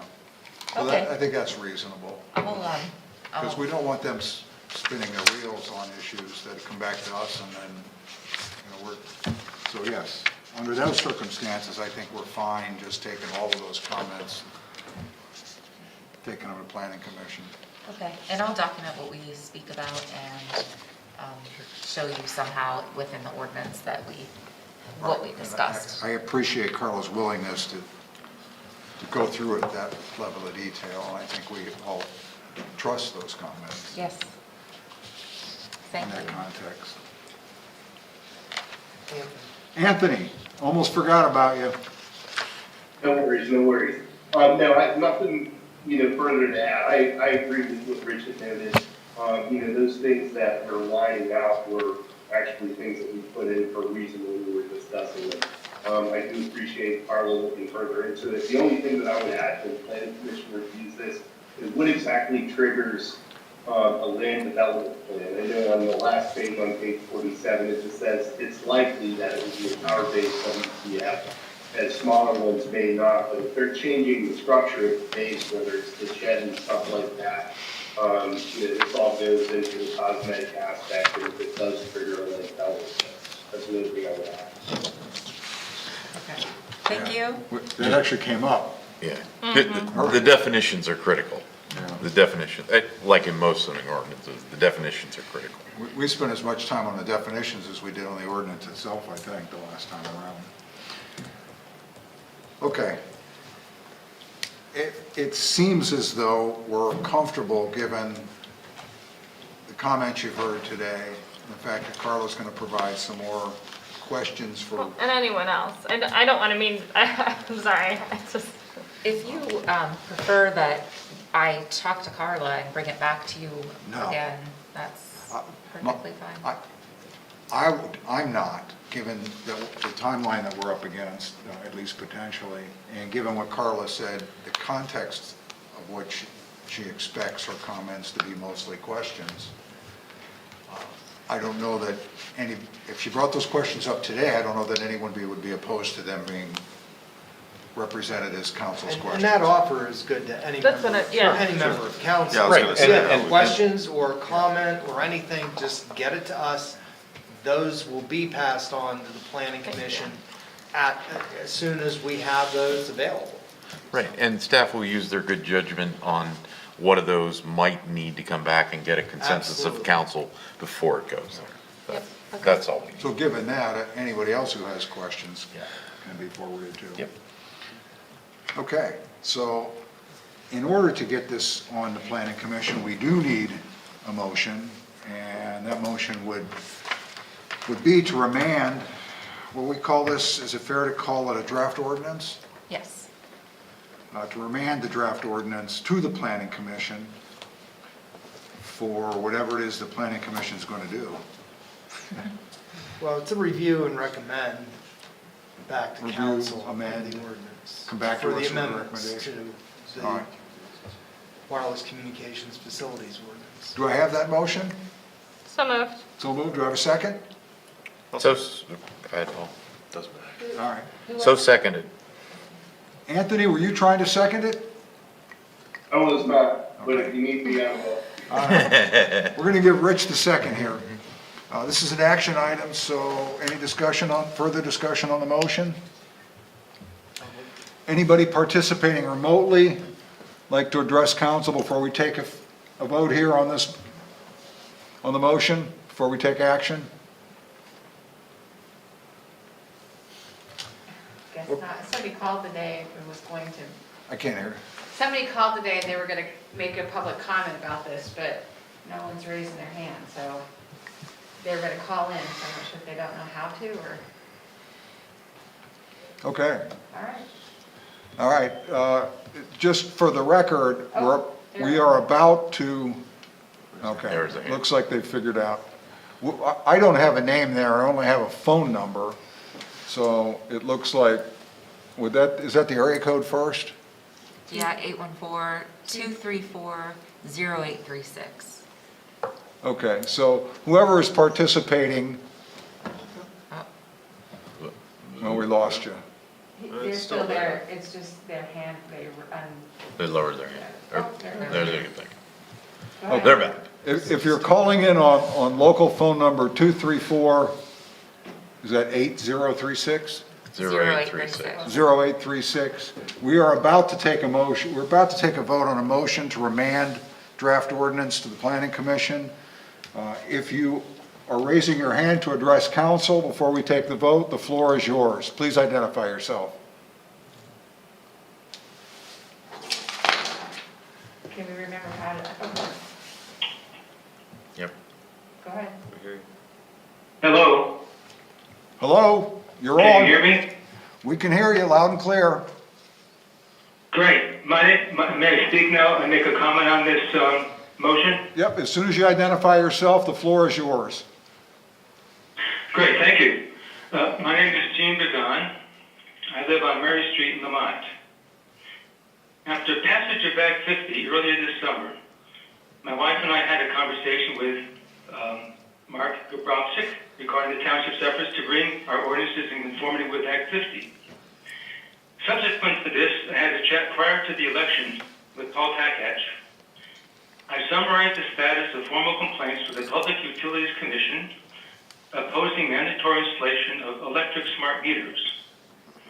The lead case Hovach et al. Will be heard next Tuesday before the Pennsylvania Supreme Court. I and thousands of Pennsylvanians are opposed to microwave radiating smart meters and wireless microwave radiating facilities in our residential neighborhoods. You have heard of the Havana syndrome. This was a case of microwave radiation that made embassy employees sick. Yesterday, Paul notified me of the township's 47-page report on tonight's agenda, proposing changes to our zoning ordinance to accommodate Act 50. I have not had time to go through it carefully, but wish to apprise you of the following. First, Attorney Andrew Campanelli, nationally known for assisting communities opposed to wireless facilities, including cell towers and small cells, called Act 50 a hoodwink bill, and one of the worst he has come across. It went from introduction to bipartisan passage through both houses in our assembly in a record time of 1 week. Our legislators did not fully comprehend what they were passing. Instead, they took a bill drafted by telecoms and pushed it through on the basis that it would help improve rural broadband service. Act 50 was passed without any public hearings. While telecom representatives were invited, committee chairs closed their doors to testimony from public interest groups and individuals, and have not answered 3 requests for additional hearings. In doing this, they violated the Pennsylvania Sunshine Act. By working assiduously to make our ordinances conform to Act 50, you may be boxing residents into cul-de-sacs that harm our health by exposing us to unnecessary high levels of microwave radiation, replicating the Havana syndrome in our neighborhoods and throughout the township. The FCC's alleged safety guidelines are badly out of date, and this summer, a federal district court ordered the FCC to justify its guidelines and return to the court after reviewing the literature cited in the suit brought against the FCC by the Environmental Health Trust and Children's Health Defense. Thus, there are technically no appropriate safety guidelines at the present. All are in limbo. Because the telecom industry has moved ahead with high-frequency 5G technologies, there is no way to police them to ensure they are in compliance with FCC guidelines. This is because the kind of equipment one needs to measure the output from the wireless infrastructure they will be installing is very expensive. To the best of my knowledge, no one in our area, except possibly the electrical engineering department at Penn State, has access to such equipment and the know-how to use it. The FCC does not police or enforce their guidelines. It has no staff and no equipment for doing so. How, therefore, can College Township assure us that we are safe? For example, within 3 miles of our house in Lamont, there are 34 towers and 254 antennas. I was surprised to find that the College Township Water Authority has 5 single antennas within a mile of our house.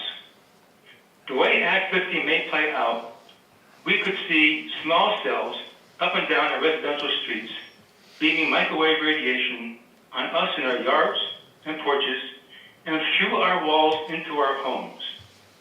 We're opposed to this. We have determined that there are subtle legal remedies to improve protection for us in our residential neighborhoods, but it will take us time to review these and to review the draft College Township Ordinance to determine how to make these apply. Therefore, we request the following. First, to inform us and upon our request sent to us, any documents, memoranda, drafts, applications by wireless installers, or relevant written materials pertaining to the Township's modifications of its ordinances to conform with Act 50. Second, inform us in advance of any meeting or presentations relating to the above. Third, inform us of your timetable, however tentative, for taking this ordinance through to formal hearings and passage, and keep us apprised of changes in this timetable. Fourth, identify a township staff person with whom we can converse about these matters and with whom we can exchange information. And finally, I would like you to enter this present note in the township record. I will send this note by email or surface mail to whomever you designate. Thank you.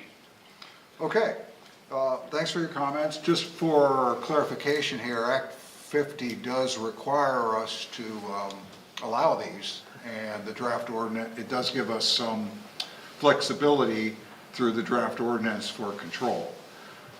The comments that we've heard tonight suggest that maybe if we remand this to the Planning Commission, through the process, we may have some other things to look at, other aspects of the ordinance that at least one resident is concerned about.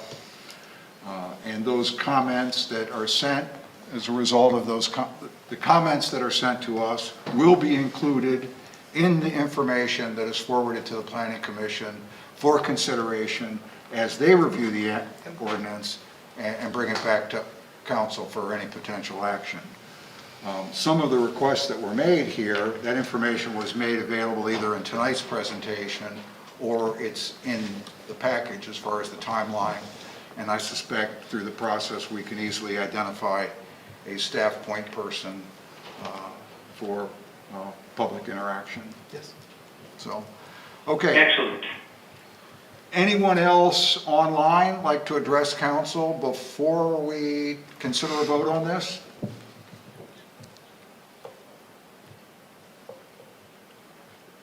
I know nobody in the room is interested, right? Okay, just double checking. All right, with that then, we have a motion on the floor. We have a second. All in favor of the motion as presented, please signify by saying aye. Aye. Anyone opposed, say nay. Motion carries unanimously. Thank you, staff, for your work. Thank you. And I didn't catch the name of the fellow who Jean called it. Bazan. Jean Bazan. Do you want Oh, to- Jean, okay, sorry. Do you want to tell him who to contact to send that, if he wants that in the record? Do you want- Yeah, at this point, I think the best one would be to send it to Lindsay, because you're going to be, Okay. you're going to be coordinating the information that goes to Planning Commission.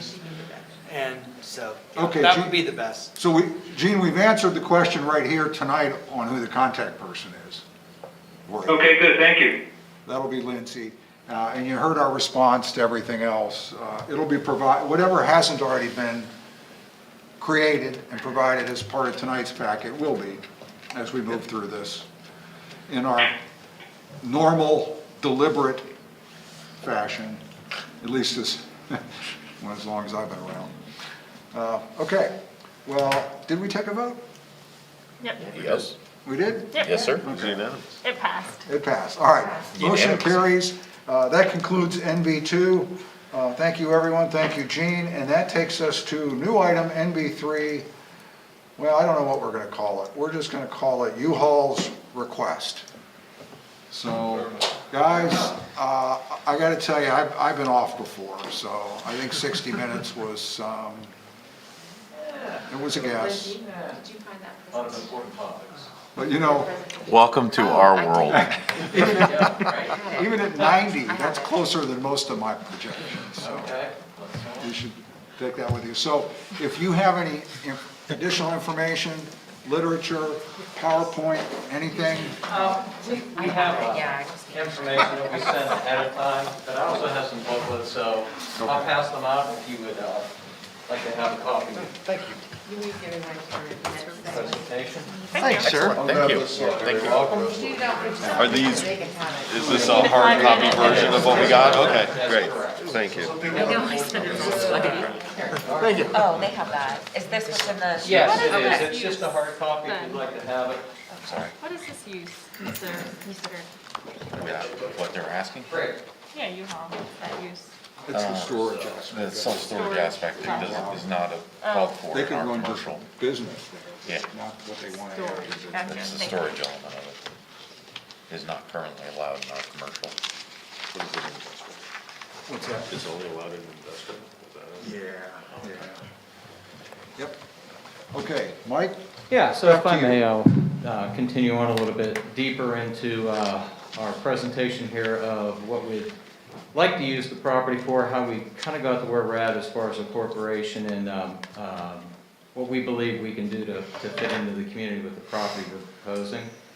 A little bit about. Mike, just to be be clear, just to answer some of the questions that came up before your presentation. Okay, It's this, the new element of your business that you want to weave into this that is in conflict with the allowed use at this site. that is correct, yeah, You so. could do everything you're currently doing there at the new site, just not the piece you want to bring into the business. That is correct. Okay. Yeah, and again, I can go, I'll just do an overview for you, and we'll get into some of the properties that we've developed locally here, so you can kind of see how we've used very similar properties and how we're fitting into a community. So a little bit about U-Haul. As we expand and the need-based business that we are, we grow through independent dealerships, which we have existing businesses that we franchise to, and that's a sideline for them. When we expand into a company facility, of course, just like most companies do, we do our analysis based upon our current services by our dealer network, and we study the moving, sharing business that we do in truck and trailers. And our component, since the mid to late 70s, we have been in self-storage. Many people don't know that. And so we have traditional self-storage units, which range anywhere from 5x5 up to 10x15. And we also now have our portable component, which we call U-Box. It's very similar to like a container business. Ours happens to be 5x8 by 7.5 feet tall. So what we're looking to do on the property is to purchase it and expand, which is not an unallowable use currently, which is our traditional storage and our U-Box business. We are zoned for our vehicle share there, which is our truck and trailer rentals. So you can go ahead to the next slide, or if you want to look in the book, whatever's easier. This happens to be on the front cover, just a location that we have in Houston, Texas. This tells you a little bit about the U-Haul Corporation. This is, again, our 75th year. We had our founder, Ella Schoen, was actually in the Navy. When he got out, he saw a need for people to move from point A to point B. And his insight with his wife and his family spawned an industry, is what we know today as the truck and trailer share business. In the mid to late 70s, we started to get into storage because moving and storage do go hand in hand. So that's a little bit more about our company. You can go to the next one, please. Again, some of the things that we have pointed out here is how U-Haul does partner with cities and towns to be able to enhance and keep our sustainability initiatives by strategically placing our locations close to where the population is. And the reason why we do that, of course, is like we talked about a lot of topics this evening. Our sustainability initiatives is to reduce carbon footprint when and where we can. And through placement close to the population, we believe we can do that. You can go to the next slide. Some of our social and economical sustainability initiatives is described in here. Again, there's just some statistics that we track and how people are relocating from point A to point B across the United States, and the people that are using our products and services. We've always been a sustainable company, and some of the things that you're seeing on this particular slide right here is how we bring new businesses into cities, being that we rent on an in-town basis for people that just want to move around the area. And then, of course, we have people that want to move across country from California to here as well. You can go to the next slide. Some of the numbers that we have talks about our products and services as far as vehicle share, how many trucks we have, how many company-owned locations we currently have today versus our dealer network. We have well over 1,800 and growing. We're going close now to 22,000 independent dealerships. We're in every state in the United States. We're in every province in Canada. Gives you some stats on some of our rentable self-storage locations, as well as alternate fuels that we do with propane and things of that nature. You can go to the next slide, please. Is this available? Is this emailed to you? Oh, sorry. It's in the packet with the agenda. It's in Dropbox. And This is starting into some of our partners for dynamic communities, excuse me. Again, what I believe that you've seen here within the State College region is we have a company store in Benner Pike and we have an independent dealership on Atherton Street. This shows you in just a quick brief synopsis of one of our locations and some of the surrounding businesses that we're melding with in communities. You go to the next slide, please.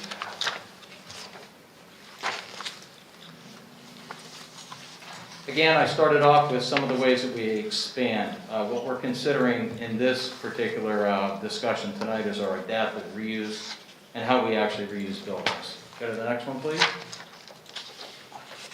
Some of the things that I put into this presentation revolve solely around my district. I'm one of 28 within the U-Haul system.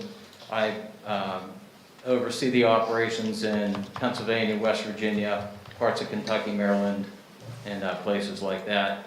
I have several in and around this particular area, considering Pittsburgh, Monaca, the Beaver Valley, Carlisle, Pennsylvania, that I'd like to show you how we've reused.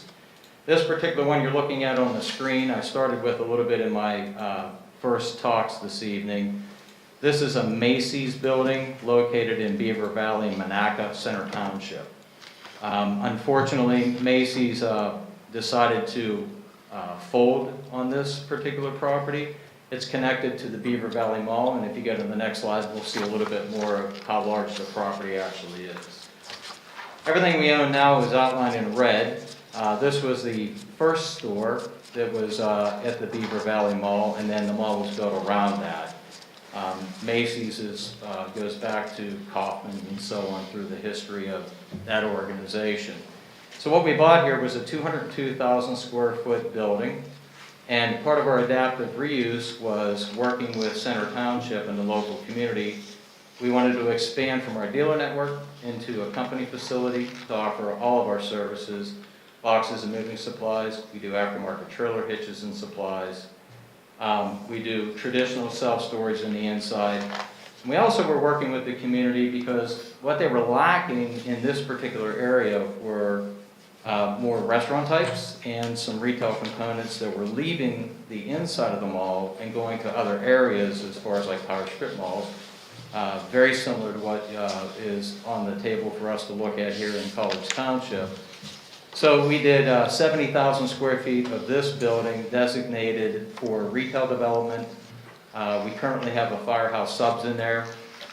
We have several suites that we've actually built along with the U-Haul component too. So you can go to the next slide, please.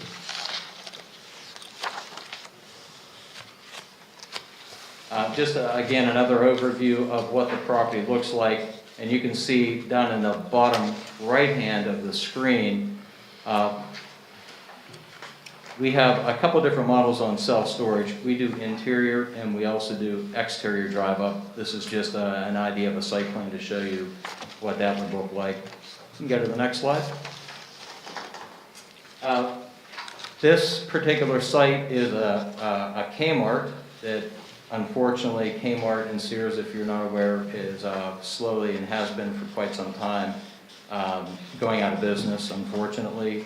So a lot of the locations have been vacated. This particular one is in in Chippewa, which is about 10 miles away from Monaca. And this had sat vacant for quite some time. It's part of a plaza. It's connected to a Home Depot. We ended up purchasing it, and we turned it into a U-Haul company and facility. It's housed with interior self-storage and the other components that I've mentioned this evening. You can go to the next slide. This will just show you an overview on Google. The Home Depot is to the left.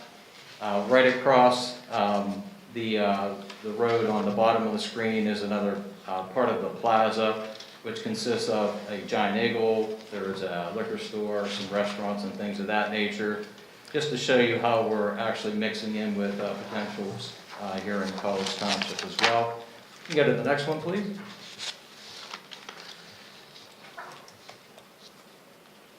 Did you, yeah. This particular site is in Erie, Pennsylvania. It's on Grandview Boulevard. Again, this was unfortunately another Kmart, and we had purchased this a few years back. This is actually connected into a plaza as well, as you'll see. And again, our adaptive reuse here was to take a store that was functionally obsolete. And a lot of these facilities, unfortunately, that are 200,000 and less are very difficult for other retailers to actually utilize. But we found that it works very good for our model and how we can actually service the community and keep a building from being vacant and actually put it back to use to help generate tax dollars and revenue within communities instead of just looking at a vacant facility. And you can see here, I'm sorry. This particular one will actually show you what some of our outside drive-up units do look like.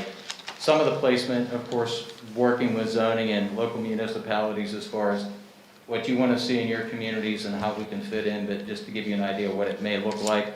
And if you've noticed, each one in the book that you see, when we do an imaging package, our color schemes are we believe, very inviting.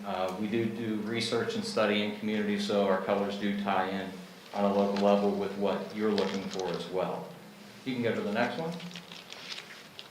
Again, this is just an overview of the site. To the right was another large building.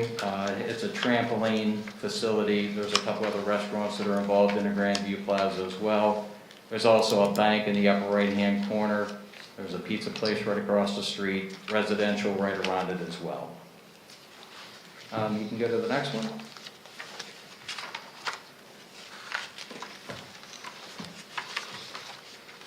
That's just a site plan of it.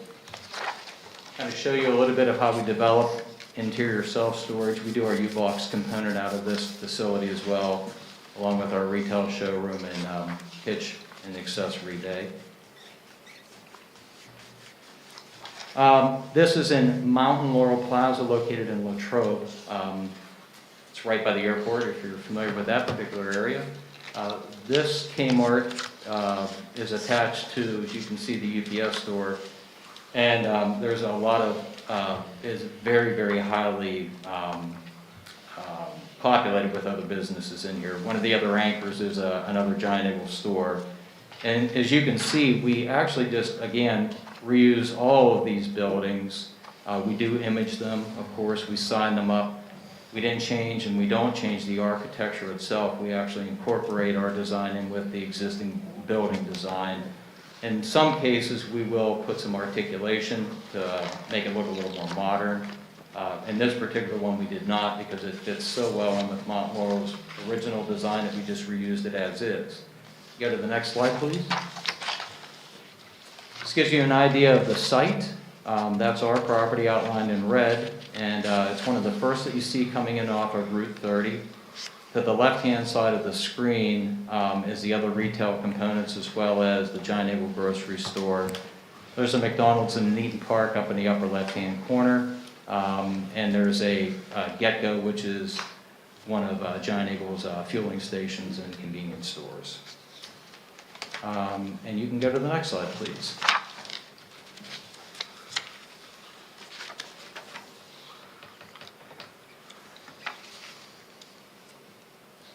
Again, that's just a site plan that we go through planning, obviously, and just get approvals from local townships and municipalities. Go to the next one. And I believe this is the last one we have as far as, again, it's another Kmart located in a 33.6 acre property that we purchased in Walnut Bottom in Carlisle, Pennsylvania. This is my hometown as well as Kurt's. I live in Boiling Springs, which is about 5 miles from here. This Kmart had sat vacant for a while, and when we purchased this particular property, the Walnut Bottom corridor was being developed by Carlisle itself to connect this. They did a revitalization and a large zoning change here. So they went from a retail component, industrial component, and they created a town center that has 3 different zonings. Our particular store, when we purchased it, wasn't allowed to have anything exterior on the Kmart. They had a zoning ordinance, just as a quick example, that anything Kmart wanted to do, they had to keep inside. So when we purchased it, we knew that we couldn't do our vehicle share outside the building. If we wanted to rent them, we could from inside the building. But we worked with them and they worked with us to be able to be part of their town center creation. We just got all of our uses approved. We're now actually in our vehicle share program. We have traditional self-storage in our U-Box component in this facility as well.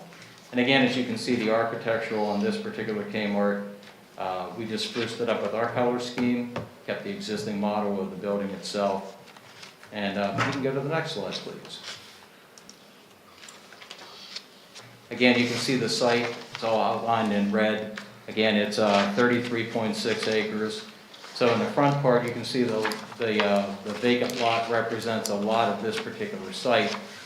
The upper portion is Walnut Bottom itself. And what they've asked us to do with this particular site is not to do our outside self-storage, which is what we originally wanted to do. We worked with them and they worked with us, so we're designating that for future use for retail development that will fit in with their town center zoning. And you can go to the next one.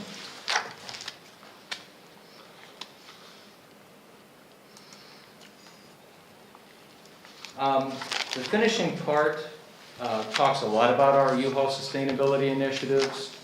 We take a lot of pride in reusing items, biodegradable peanuts and things of that nature. Since we started in 1945, we do a lot of our own building of our equipment. We design it for the moving public. So anybody with a regular driver's license can operate. But instead of, when we're done with our trailers as an example that we build, there's really nothing left that can be reused. But we're constantly reusing parts and items and things of that nature. Go ahead to the next slide. Talk about some security features. I'll spend a brief moment on that. All of our facilities that we build self-storage in are high-tech security. Individually alarm rooms for the inside. There's a contract that every customer actually fills out before they would rent anything from us. Very secure, you lock your key. We do very well-lit facilities as well. And the controlled access to our rooms are only by the renter itself. Go to the next slide. Some of our sustainability programs, we have a box exchange program. Even though that we're a retail component, we sell boxes and moving supplies. We have a lot of customers that actually, our boxes are very well built that can be used 2, 3, and 4 times. We actually allow those customers to leave them in our showroom so another family can come in and actually just take them instead of purchasing them. Keeps them from going into a landfill, if you will. Our reuse we have in our storage component. A lot of families are done using things like maybe a couch or maybe a television or maybe some sort of a small chair or whatever that they don't want to take on with them to their next apartment or house. So we have a reuse center that people can continue to share with other families at no cost to them. Again, eliminating it from going into a landfill. One person's junk is another man's treasure, if you will. So just participating in that has been successful for us. We're always looking at fuel economy for our vehicles. We have a U-Car share program and some other things that you can actually see on this particular slide. Please go to the next one. Again, it's a continuation of our programs that we're offering for our sustainability initiatives as far as our recycling and so on. You go to the next slide. This shows you a picture of what our reuse centers that I was describing before in our self-storage locations. This is how we image them. It's very well laid out. It's a pretty small area where customers can leave those items behind for the next family. And you can go to the next slide. This is a little bit more detail on our Take a Box, Leave a Box program that I described a little bit earlier. You can go to the next slide. Biodegradable packing peanuts we use, and we make them out of cornstarch and potato starch. You're able to eat them if you'd like, or put them on your front lawn and put water on them, and they just disintegrate instead of being made out of any polyurethane or anything like that. You can go to the next one. We do a lot of ground-up designs with energy efficiency in mind, as well as our adaptive reuse as well. This just gives you some components of what we look for to be able to help protect the environment, not only for today, but for future. Please go to the next one. We have a Go Zero fund that every customer that actually rents from us has the ability to donate to our conservation fund. And we do a lot of planting trees in and around the United States and Canada as well. So we ask customers if you're interested in actually donating for that, we do plant trees with your donations. Go to the next one, please. These are just some of the awards, just to show you that we don't talk about sustainability, we actually mean what we say. And we're very proud of being recognized for that as an organization. And please go to the next slide.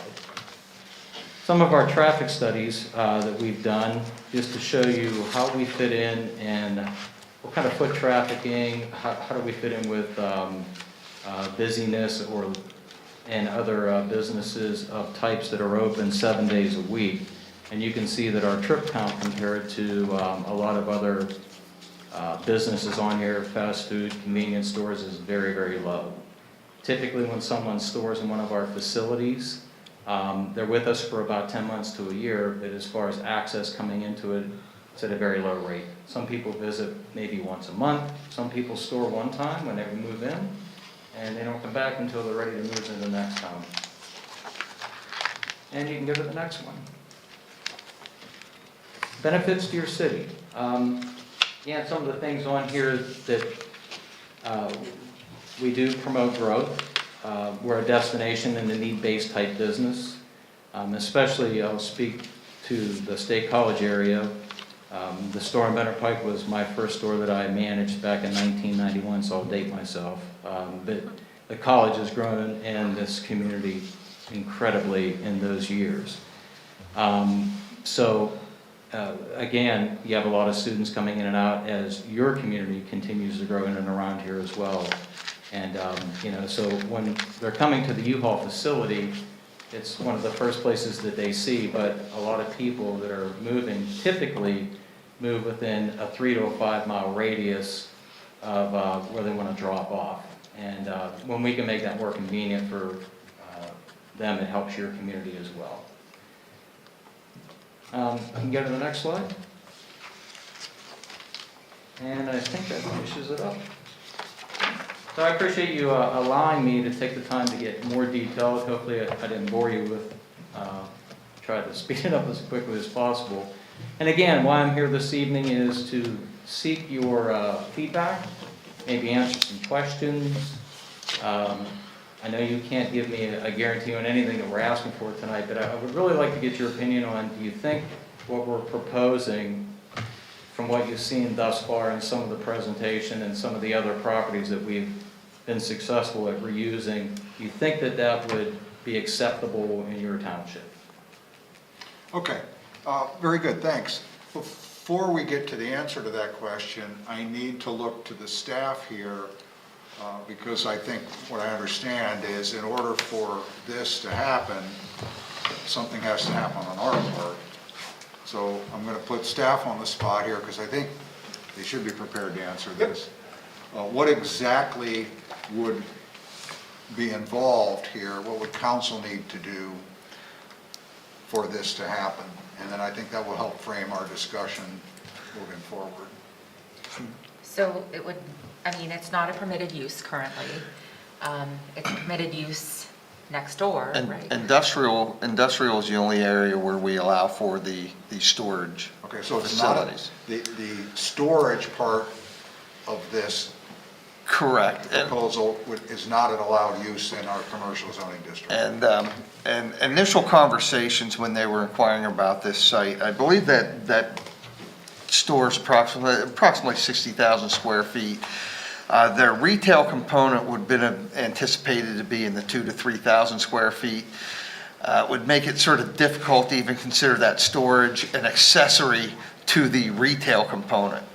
So in essence, what we would need is and I think what U-Haul is asking is because of the time crunch and the pending sale of the building, they're going to need to have some good faith answer as to whether or not there's a reasonable likelihood that we would entertain A, zoning use change, B, an actual zoning change, change that to industrial, or C, institute some sort of conditional use type process to allow for other uses in the commercial.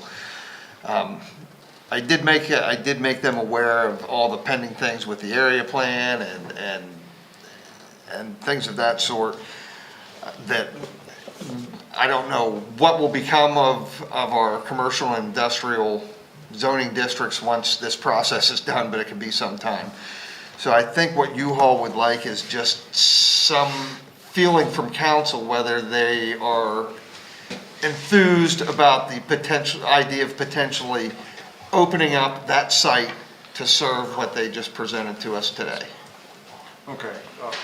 Lindsay or Adam, anything else on that? We'll go back to Adam. So, you talked a lot about adaptive reuse, and, that's something that could be or should be encouraged.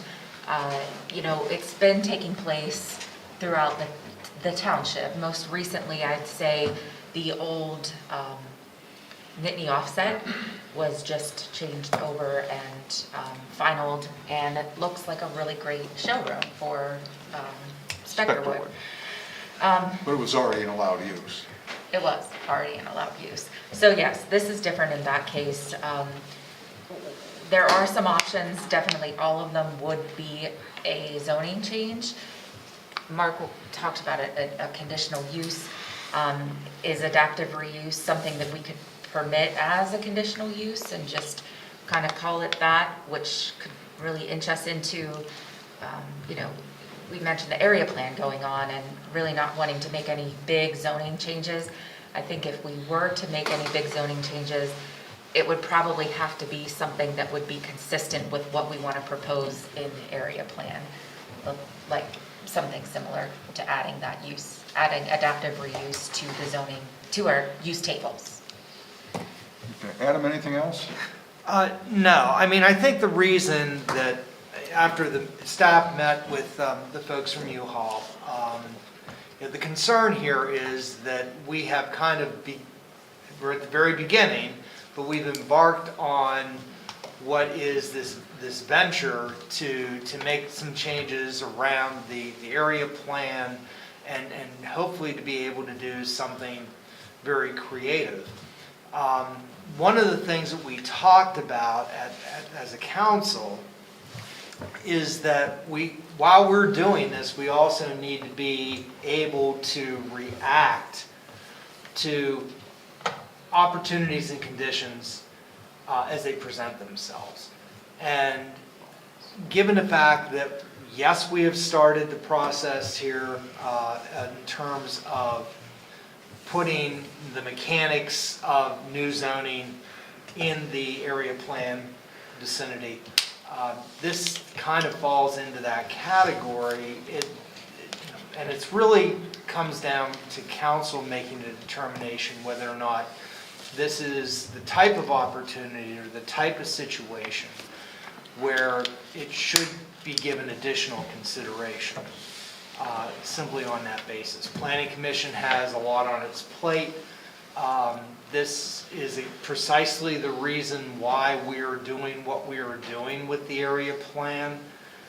If anybody needs to be reminded, for years and years and years, we have been doing small, moderate tweaks and changes to both the commercial and industrial zoning districts because our traditional commercial and industrial zoning districts don't seem to fit with what anybody wants to do in a particular location.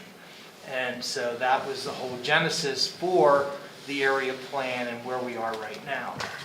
So this is, with casting absolutely no dispersions on U-Haul or any other individual operations that want to do things, this is precisely the reason we're now embarked on the small area plan work. is to try to get out from this cycle of making these incremental and quite frankly, time-consuming changes year in and year out. So it's here tonight for council to weigh in on this. I don't think that staff staff has not formed a recommendation. We have no recommendation to make to council other than it was appropriate to bring to you to get your feedback and allow you to comment on what you guys are seeing and hearing and what you think in terms of moving it possibly forward in the process. Okay, thanks. As noted, we're on record as saying we couldn't expect the world to stop for a year or two while we figured out the area plan, and that inevitably, as the economy rebounded, we would be faced with these type of decisions. So here we are. In order to help us make that decision, let's offer council the opportunity. Let's open it up to questions. Let's start with Rich. No, I was going to give it to the on-screen guy for once. A couple of things factor into my head. One, we have to take into that it's not just this site, it's all the sites that fall under that district, and are we comfortable with that the whole way through? And that would take a lot of analysis and stuff. At a glance, I think it's a perfect site for what you're proposing. But again, you need to take it in. And then the timing of the area plan, I would hate to do something that disconnects all the focus that we've gathered over the past year and a half and everything. So the timing is one thing, and everything, and then the applicability everywhere. Are we okay with this being everywhere? So I think we would get the answer, at least that second question, with any staff and planning commission review. Yeah. So we would have to be comfortable in the big picture wise. Carla? Oh, darn it, thanks.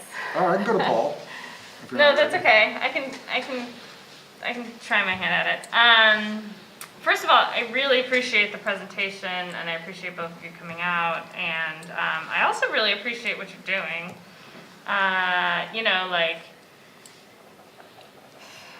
Like offhand, it seems like something a community of our type, it seems to fit in absolutely with what's going on in our community, right? We are a transient community, we all know it. So offhand, I don't see why it doesn't fit. Second piece, the second piece going for you is that it's not the primary use as far as I can understand. You have other uses that fit into the zoning district. So I'd be curious what that means for us, if there's an accessory use, is that a thing?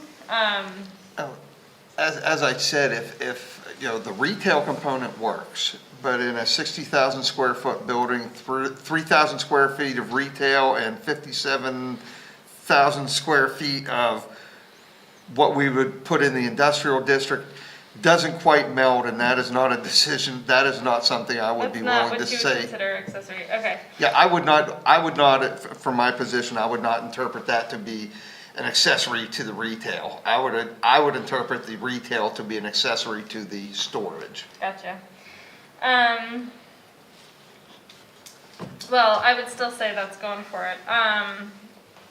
And the other piece I really like is the adaptive reuse. I mean, the truth is that that building is sitting there, right? And I kind of personally think that this is the exact, maybe not exact, this is the roundabout type of request that has been coming to us that makes us want to do this small area plan, which says to me it's potentially a good testing ground. I don't know, that's kind of how I feel about it. Sorry, that's on my litmus test, that's what you get. Paul? I have a couple of questions, Yeah. actually. Are you proposing that on this site it be only internal storage? You're not looking at doing external storage facilities, is that correct? We were actually looking for both. So our component in one of the features in the book that we have as far as presentation, we do exterior as well as interior. Some of the exterior component we've learned from customers that they like that component as well, like a drive up. Most of our facility will be internal as far as storage itself. That's one of the challenges that we have here without any kind of like a land development plan or even a schematic. Sure. Right, to be able to kind of visualize what this is gonna look like. So, that's one of the challenges that we have too in terms of that. So you're looking for both. The other question I had was, in all the examples that you showed, it appeared to me that U-Haul owned a portion of the property. Were in any of those cases, were those shared buildings the landlord-tenant type arrangement that you described? Yes. For this property? So those were tenants, if you will. The only one in this particular book that I can speak to is the Monaca location in Center Township, the Beaver Valley. So we created tenants inside that old Macy's building. So we have U-Haul as a tenant. We have suites that we've actually created as well for retail and restaurants. Our first one that we have in there currently now is a Firehouse Sub. The other ones that you're looking at in this particular presentation are just U-Haul. And I'll give you a little bit more on a broader scale. In the Philadelphia area, we bought a plaza, it's the Bristol Plaza. It's a very large piece of property as well. We have a Chinese restaurant in there. We had an auto zone as a tenant. Maple Shade, New Jersey, which is by Cherry Hill. We ended up buying on Kings Highway. We bought a property that consisted of 5 buildings, retail components on both sides.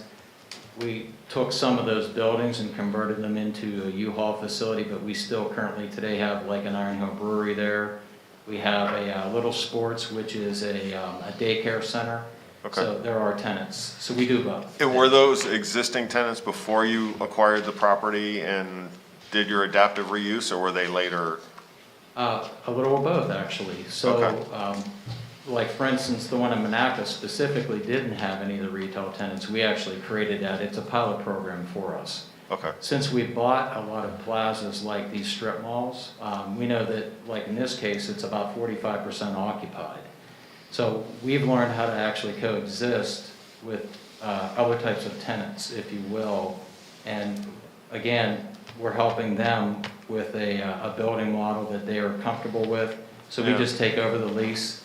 If it becomes vacated, of course, we try to seek another user to come in for it. Sure. Just like at the Macy's, 70,000 square foot of space is what we dedicated for some sort of retail use. So far, we've been able to get one tenant, and we have others that we're pursuing. Okay. Yeah, I mean, it's because, those are existing businesses. We want to Sure. support them. There's people who are making their living working bet. there. So, we want to make sure that we protect them as well. Yeah. Which actually leads into my next question. You're talking about an increase of net new jobs for this facility. It would be in addition to the current facility that's out on Benner. Is that correct? That's correct. And then if I just do the quick math on the number of locations you have and the number of employees, we're looking at about 15 people? Is that roughly? yes. And what's sort of the salary range of somebody who would come in and? Well, we're very competitive Okay. within the marketplace. As an example, our general managers could make anywhere between 50 to 60,000 on up plus bonuses. We do a lot of employment of moonlighters, so people who have secondary jobs. But whatever the market bears, I believe we pay very fair, anywhere from $13, $15, $18 based upon skill set. Okay. Yeah, I mean, just Sure. trying to understand what it is that we're trying to support here from the Absolutely. bigger picture. This may be a question more for staff as well. I know the property right adjacent to this property behind, across the railroad tracks, is that zoned as industrial at the moment? The concrete plant? Yeah, No, I believe that's. No, I believe it's zone commercial. Yeah, I believe But So it's a it's a concrete- pre-existing. existing Yes. non-conformity. Okay. I'm sorry, thank you, non-conforming. Yeah, it's an non-conforming, okay. The reason I ask that is because many times when we're asked to maybe extend, you know, a use in an adjacent property, you know, if we have R3, R2 next to it or something like that, I couldn't figure out what that piece of property was. I assumed it was industrial, but now it's a non-conforming use.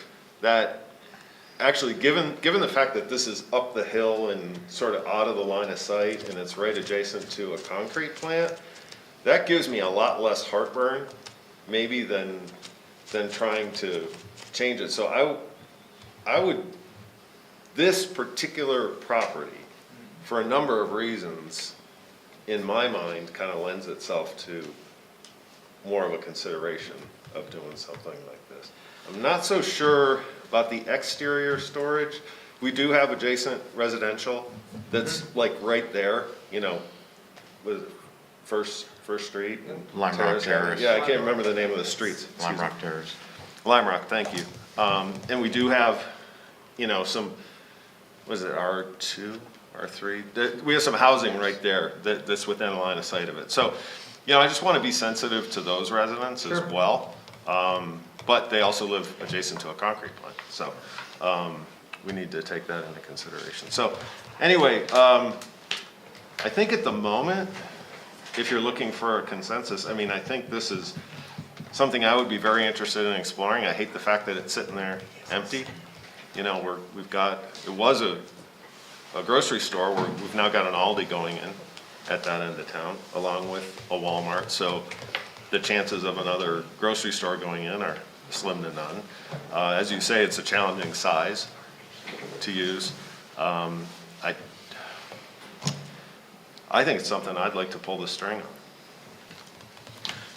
Just as a point, I believe the concrete plant is in the I-1 district. I couldn't figure it out. It wasn't very clear If to me. that's- It was gray. if That's yeah, it's gray. That's the shopping center. And in That's that, in Economical. if it was I-1, then Okay, well, that that storage makes would sense be then, an so- allowed use. Because Rutgers Yes. is Yes. Over here. immediately Okay. adjacent. Right there. Okay, all right. Then Does that I-1 I stand corrected. Does the I-1 come off It behind? comes across Okay. the former Rutgers site, so that was my mistake. Okay. Well, even more to the point that I was trying to make, that may. Well, the one problem we would have if you were to move the zoning line to make that industrial so that use would fit, you would create nonconformities with get in. I'm not sure that's the what rest. No, I That wasn't wasn't suggesting that. No, and there's where our initial phone conversations with U-Haul, well, could we just change the zoning? Well, we can't do that because we would have to look into something creative like add something as Lindsay talked about, put something in our code for adaptive reuse and develop something that, you know, if it's a vacant building, adaptive reuse, sort of a conditional use process. And then planning commission and council would have the ability to set parameters. Like, we don't like the idea of outdoor storage. We're okay with the indoor, you know, if it's a conditional use, it gives council a lot more grip to design it the way council would envision it. It makes it more of a partnership too Yes, with the yes. landowner, and that's the way I'm looking at it as a positive, is that we can make sure that we get the use that really fits this.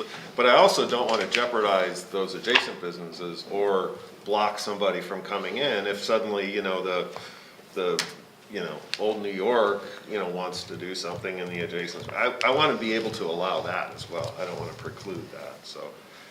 But thank you, that's very helpful. Okay, Anthony? Now, I'll just, you know, a couple of the questions or comments that I had, and Paul touched on some of them. So, you know, with the outdoor, are you looking at containers or a fenced-in area, or just uncertain yet? The only reason why I was asking is because, again, with residential there, but I was also looking, just thinking back on our community, and there is a storage facility on Bristol Avenue that's right next to like, high density residential that's fenced in and, they have storage and such. So it's not necessarily a question that, that needs to be answered now, but I'm just trying to envision it from that perspective.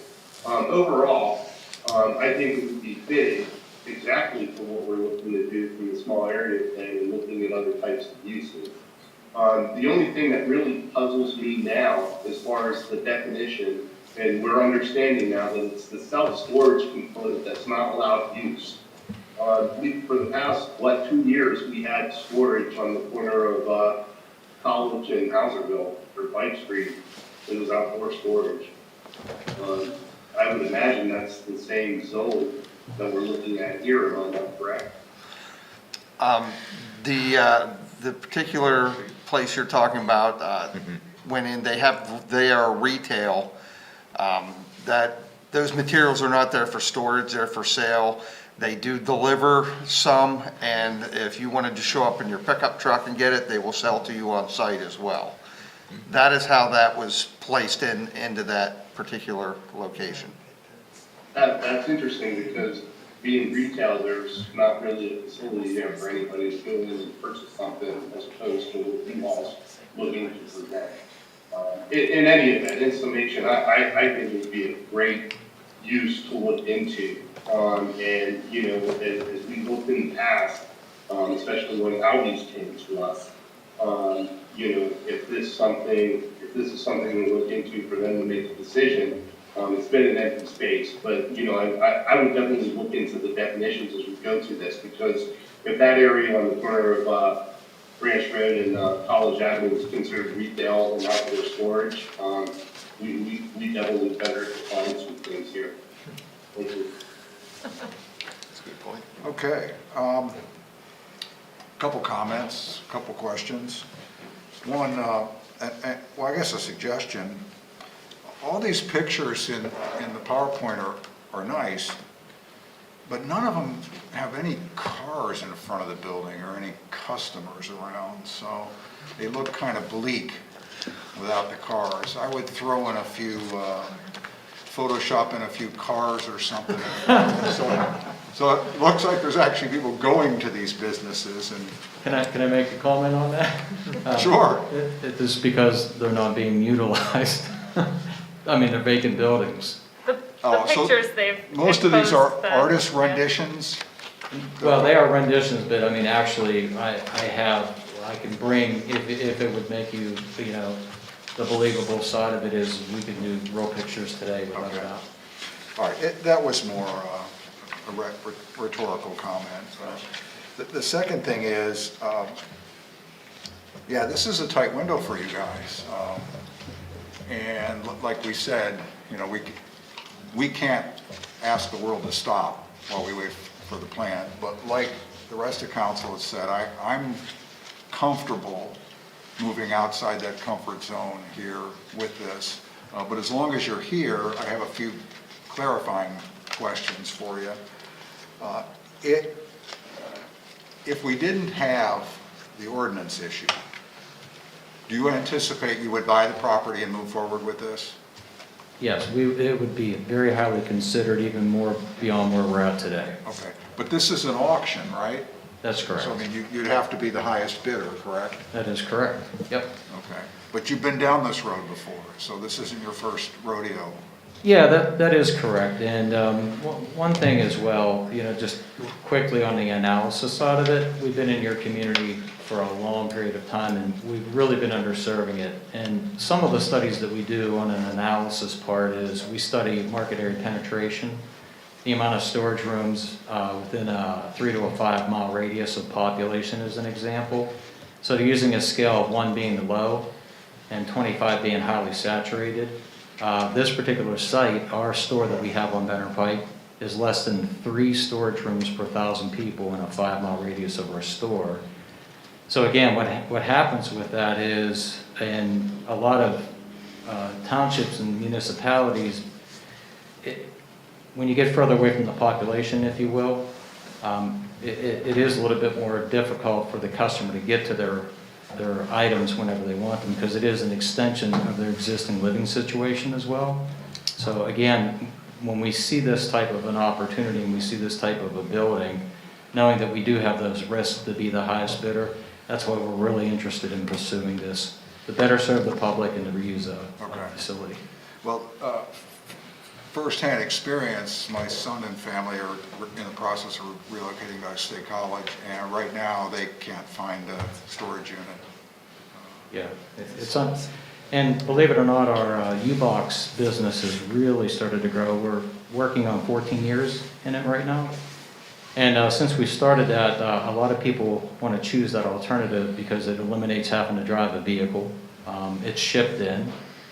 You can use it as temporary until you're ready, and it can be delivered on site. There's a lot of college students that have been using that component as well. And currently, right now, we don't have a large enough facility to be able to facilitate the customer demand. Okay, the reason I ask this is if we were to move forward with this process, as Rich noted, Yes. we have to look at this, not necessarily for U-Haul, but for the use. If you decided not to purchase it, that's the reason I'm asking. Sure. To follow up on Paul's questions, just so I understand, if you purchase a property, you would become the landlord. That is correct. Okay. You would have carve out a space for you, and then you would assume the leases would all be assignable to you through the transaction. Yes, and most plazas like this that we're in have REAs, which obviously indicate non-blocking easement access, reciprocal easement agreements, real estate easement agreements, however you want to define it. And we've been very successful. I'll go back to the Carlisle one on Walnut Bottom Road as an example, as well as the one in Chippewa and the Macy's. Any one of them, they all have that REA. So we know going in, how do we fit in with those business types that are already there? How can we help build and reuse that vacant building without taking over the entire property and suffocating the rest of the businesses, if you will? So of course, if we buy this with the existing retail that's in there, we hope that they stay for as long as they want. Right, and the protections that are built into their lease carry forward. Absolutely. You I bet. think that's what Paul was getting at, part of what he was getting at. Sure, I mean, there's probably CAMs, common area maintenance fees. We take care of the properties, as you guys can see, with landscaping and snow removal, and that's all part of being a landlord. Okay, and then moving into where I think we're headed tonight, a question for staff that you may or may not know. Any idea whether this type of use is an allowed use in any of the other commercially zoned districts in any of the other surrounding townships? Just so we have some idea of how far out we're getting here with potentially something like this. I can find out. No I don't idea know right if now? That's fine. I didn't don't know expect- right now. Even within College Township, I can tell, we know that within the industrial revitalization area, the IRA, which is the Summit Park area, that this would be able to be performed. Okay, so I'm But, kind of, but remember, that is basically a combination of commercial and industrial, and it's only limited by the percentage of each of those activities. I'm trying to set this up on a tee for the person who has to go to planning commission and toss this on them in the midst of area plan and everything else that's going on. Just looking for some convenient fits, Sure. rationales. This is what they're doing in Patton Township, and it's Yes, I'm going trying to okay. grease the skids a bit here. I can only tell you that self-storage was added to the planned airport district in Patton Township in the past 2-3 years. That's kind of stuff I'm looking for. Yeah. Thank you. And then in closing, before we consider action here, which I think we would probably be better off with I know staff would be more comfortable with formal action at some point here. Well, I think right now, what staff needs is direction. Direction, okay. That's why we encouraged these folks to come here this evening to speak to you with the opportunity to do exactly what we're doing here tonight. We just need to know, I would assume if there is an interest on the part of council to pursue this at any level, the next step would be that you ask staff to go and do some research, number one, and also to provide a few alternatives to come back to council with, to explore with you further about how this might be able to be integrated in an appropriate way. Okay, so there appears to be, looking around the table and based on the conversation, that interest. Am I correct, looking around the table? Yes. You all Yes. heard Adam, Anthony? Okay, and do you understand then the direction that we provided staff, that we're all interested in this as a potential use for that site? We'd like to know from staff, a little bit more detail, what it would take, and if we're continue to be satisfied, then we would start the process moving forward. And a formal evaluation of a Yeah. formal land development plan, right? That would be Well, required too. if No, it first becomes would be allowed the- use, then we would see a land development. I see, okay. We wouldn't see that until, Right, until we got It's further allowed. down the road, but I'm just saying. we would- Unless there were some significant changes to the property, it may not go to the land development. I could see more than likely, if this use were to come in, it would be a minor plan that would be a staff review only, and that would probably be for some minor changes to the parking configuration. Well, but if they construct exterior. outside. Yeah, any Storage. additional. That Yeah, would if trigger a you land wanted development the, if you plan, wanted wouldn't the, it? if they went with the Okay. exterior Yeah. component. I kind of felt as though council wasn't real fond of that portion of it, so I think that was just a couple of council members that Yeah, stated that. I just wanted to know what we were thinking there, and I On would the like to exterior? see what that might look like, Right. right? I wasn't objecting to it, but I would like to know more details before I'd be happy with that. I'll say here for the record, as the person who can actually see and hear the concrete plant from my house, I don't know that the exterior would create me much heartburn, given that there's a bar right there, and there's a concrete plant pounding rock all day long.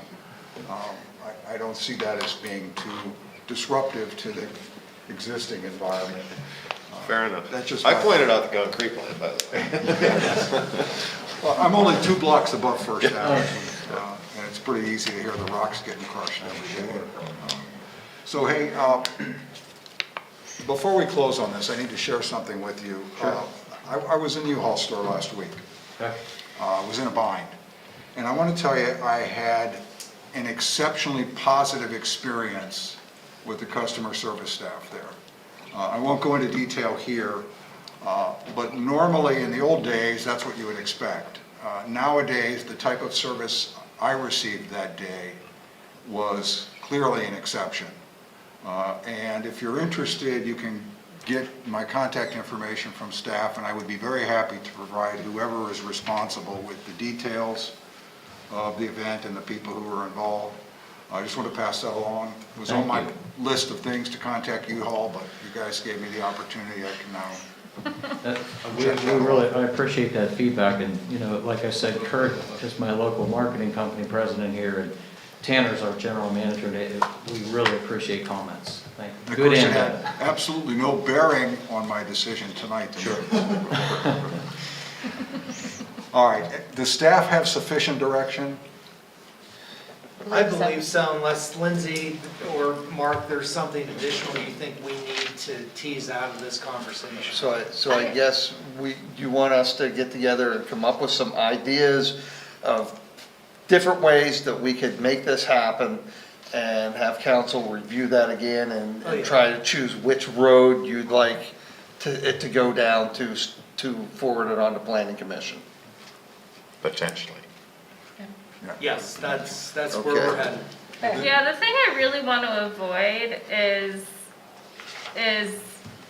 2 years down the road, having the exact small area plan that would invite these people to come take over that one spot, and yet that ship sailed.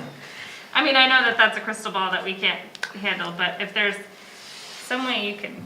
I think that if we go with adaptive reuse rather than storage as a use, I That's think. kind of what I'm, yeah. Yeah, I think that's a good segue into form-based and what we want to see in the area plan. So I don't feel that a zoning change or even adding this as a conditional use, adaptive reuse as a conditional use wouldn't be that big of a lift. It wouldn't, I mean, it'd still be a zoning change, but it would be in the right direction of what we're all kind of considering and what we recommend in the small, or in the area plan. And it kind of keeps the reins. Yes, And- exactly. I'm not, stressing about this. I think it would fit in what we're trying to achieve with the area plan.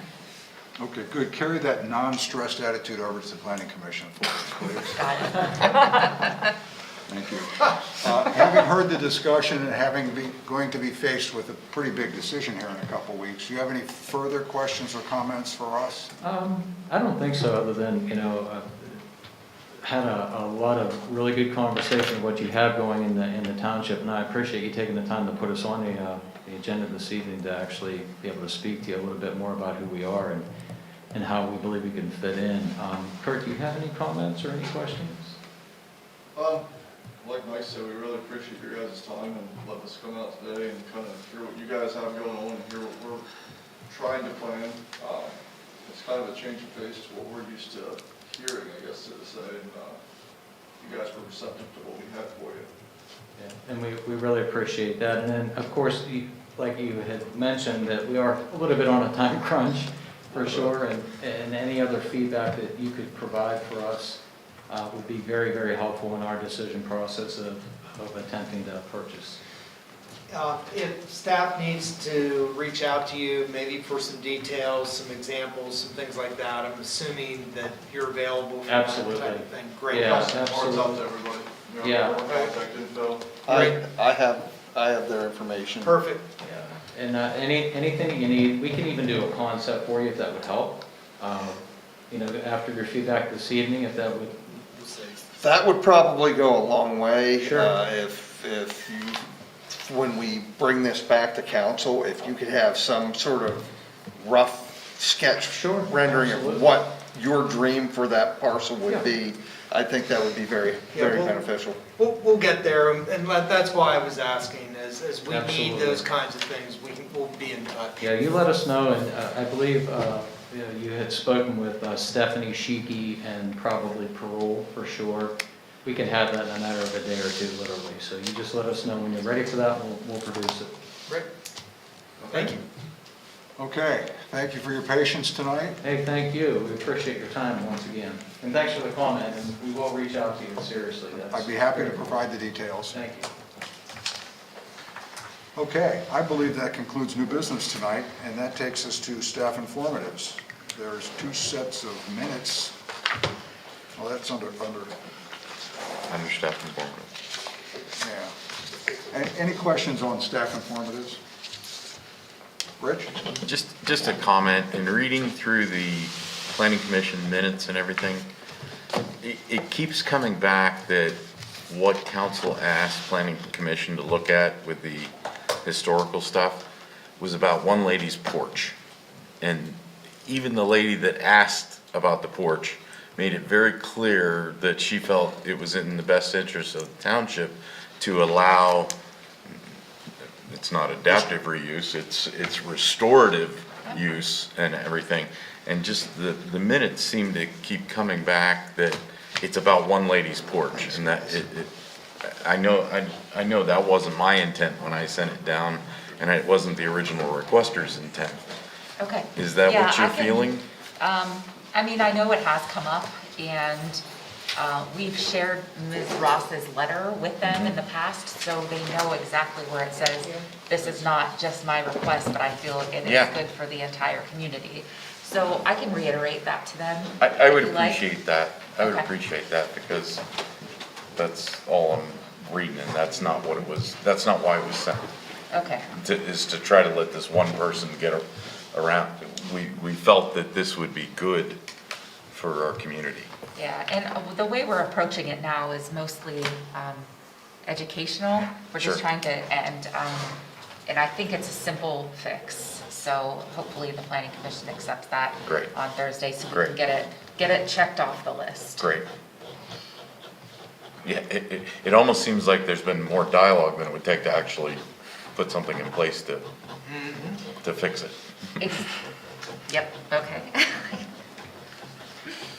Anything else under staff informatives? I can tell you that we had 610 total permits this year so far.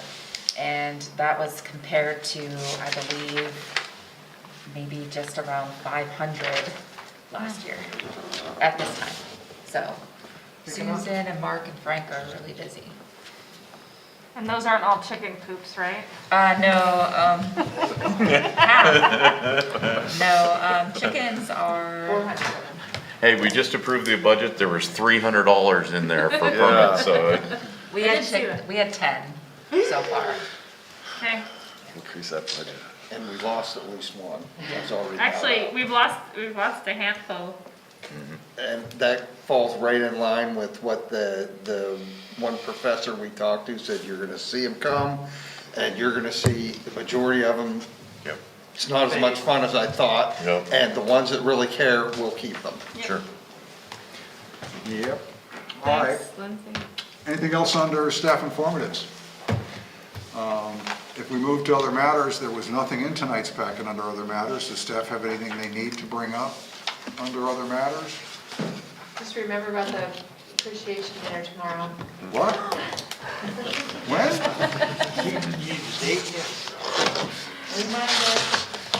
I've got some work to do today. What time? 6 o'clock? Is staff, council, anything under other matters? Anybody? Paul, Carla? No, thanks. Anthony, anything under other matters? No, thank you. Okay, that takes us to adjournment. Do I have a motion? So moved. I don't need one, but I'll take one. I got one. We're adjourned. Night all.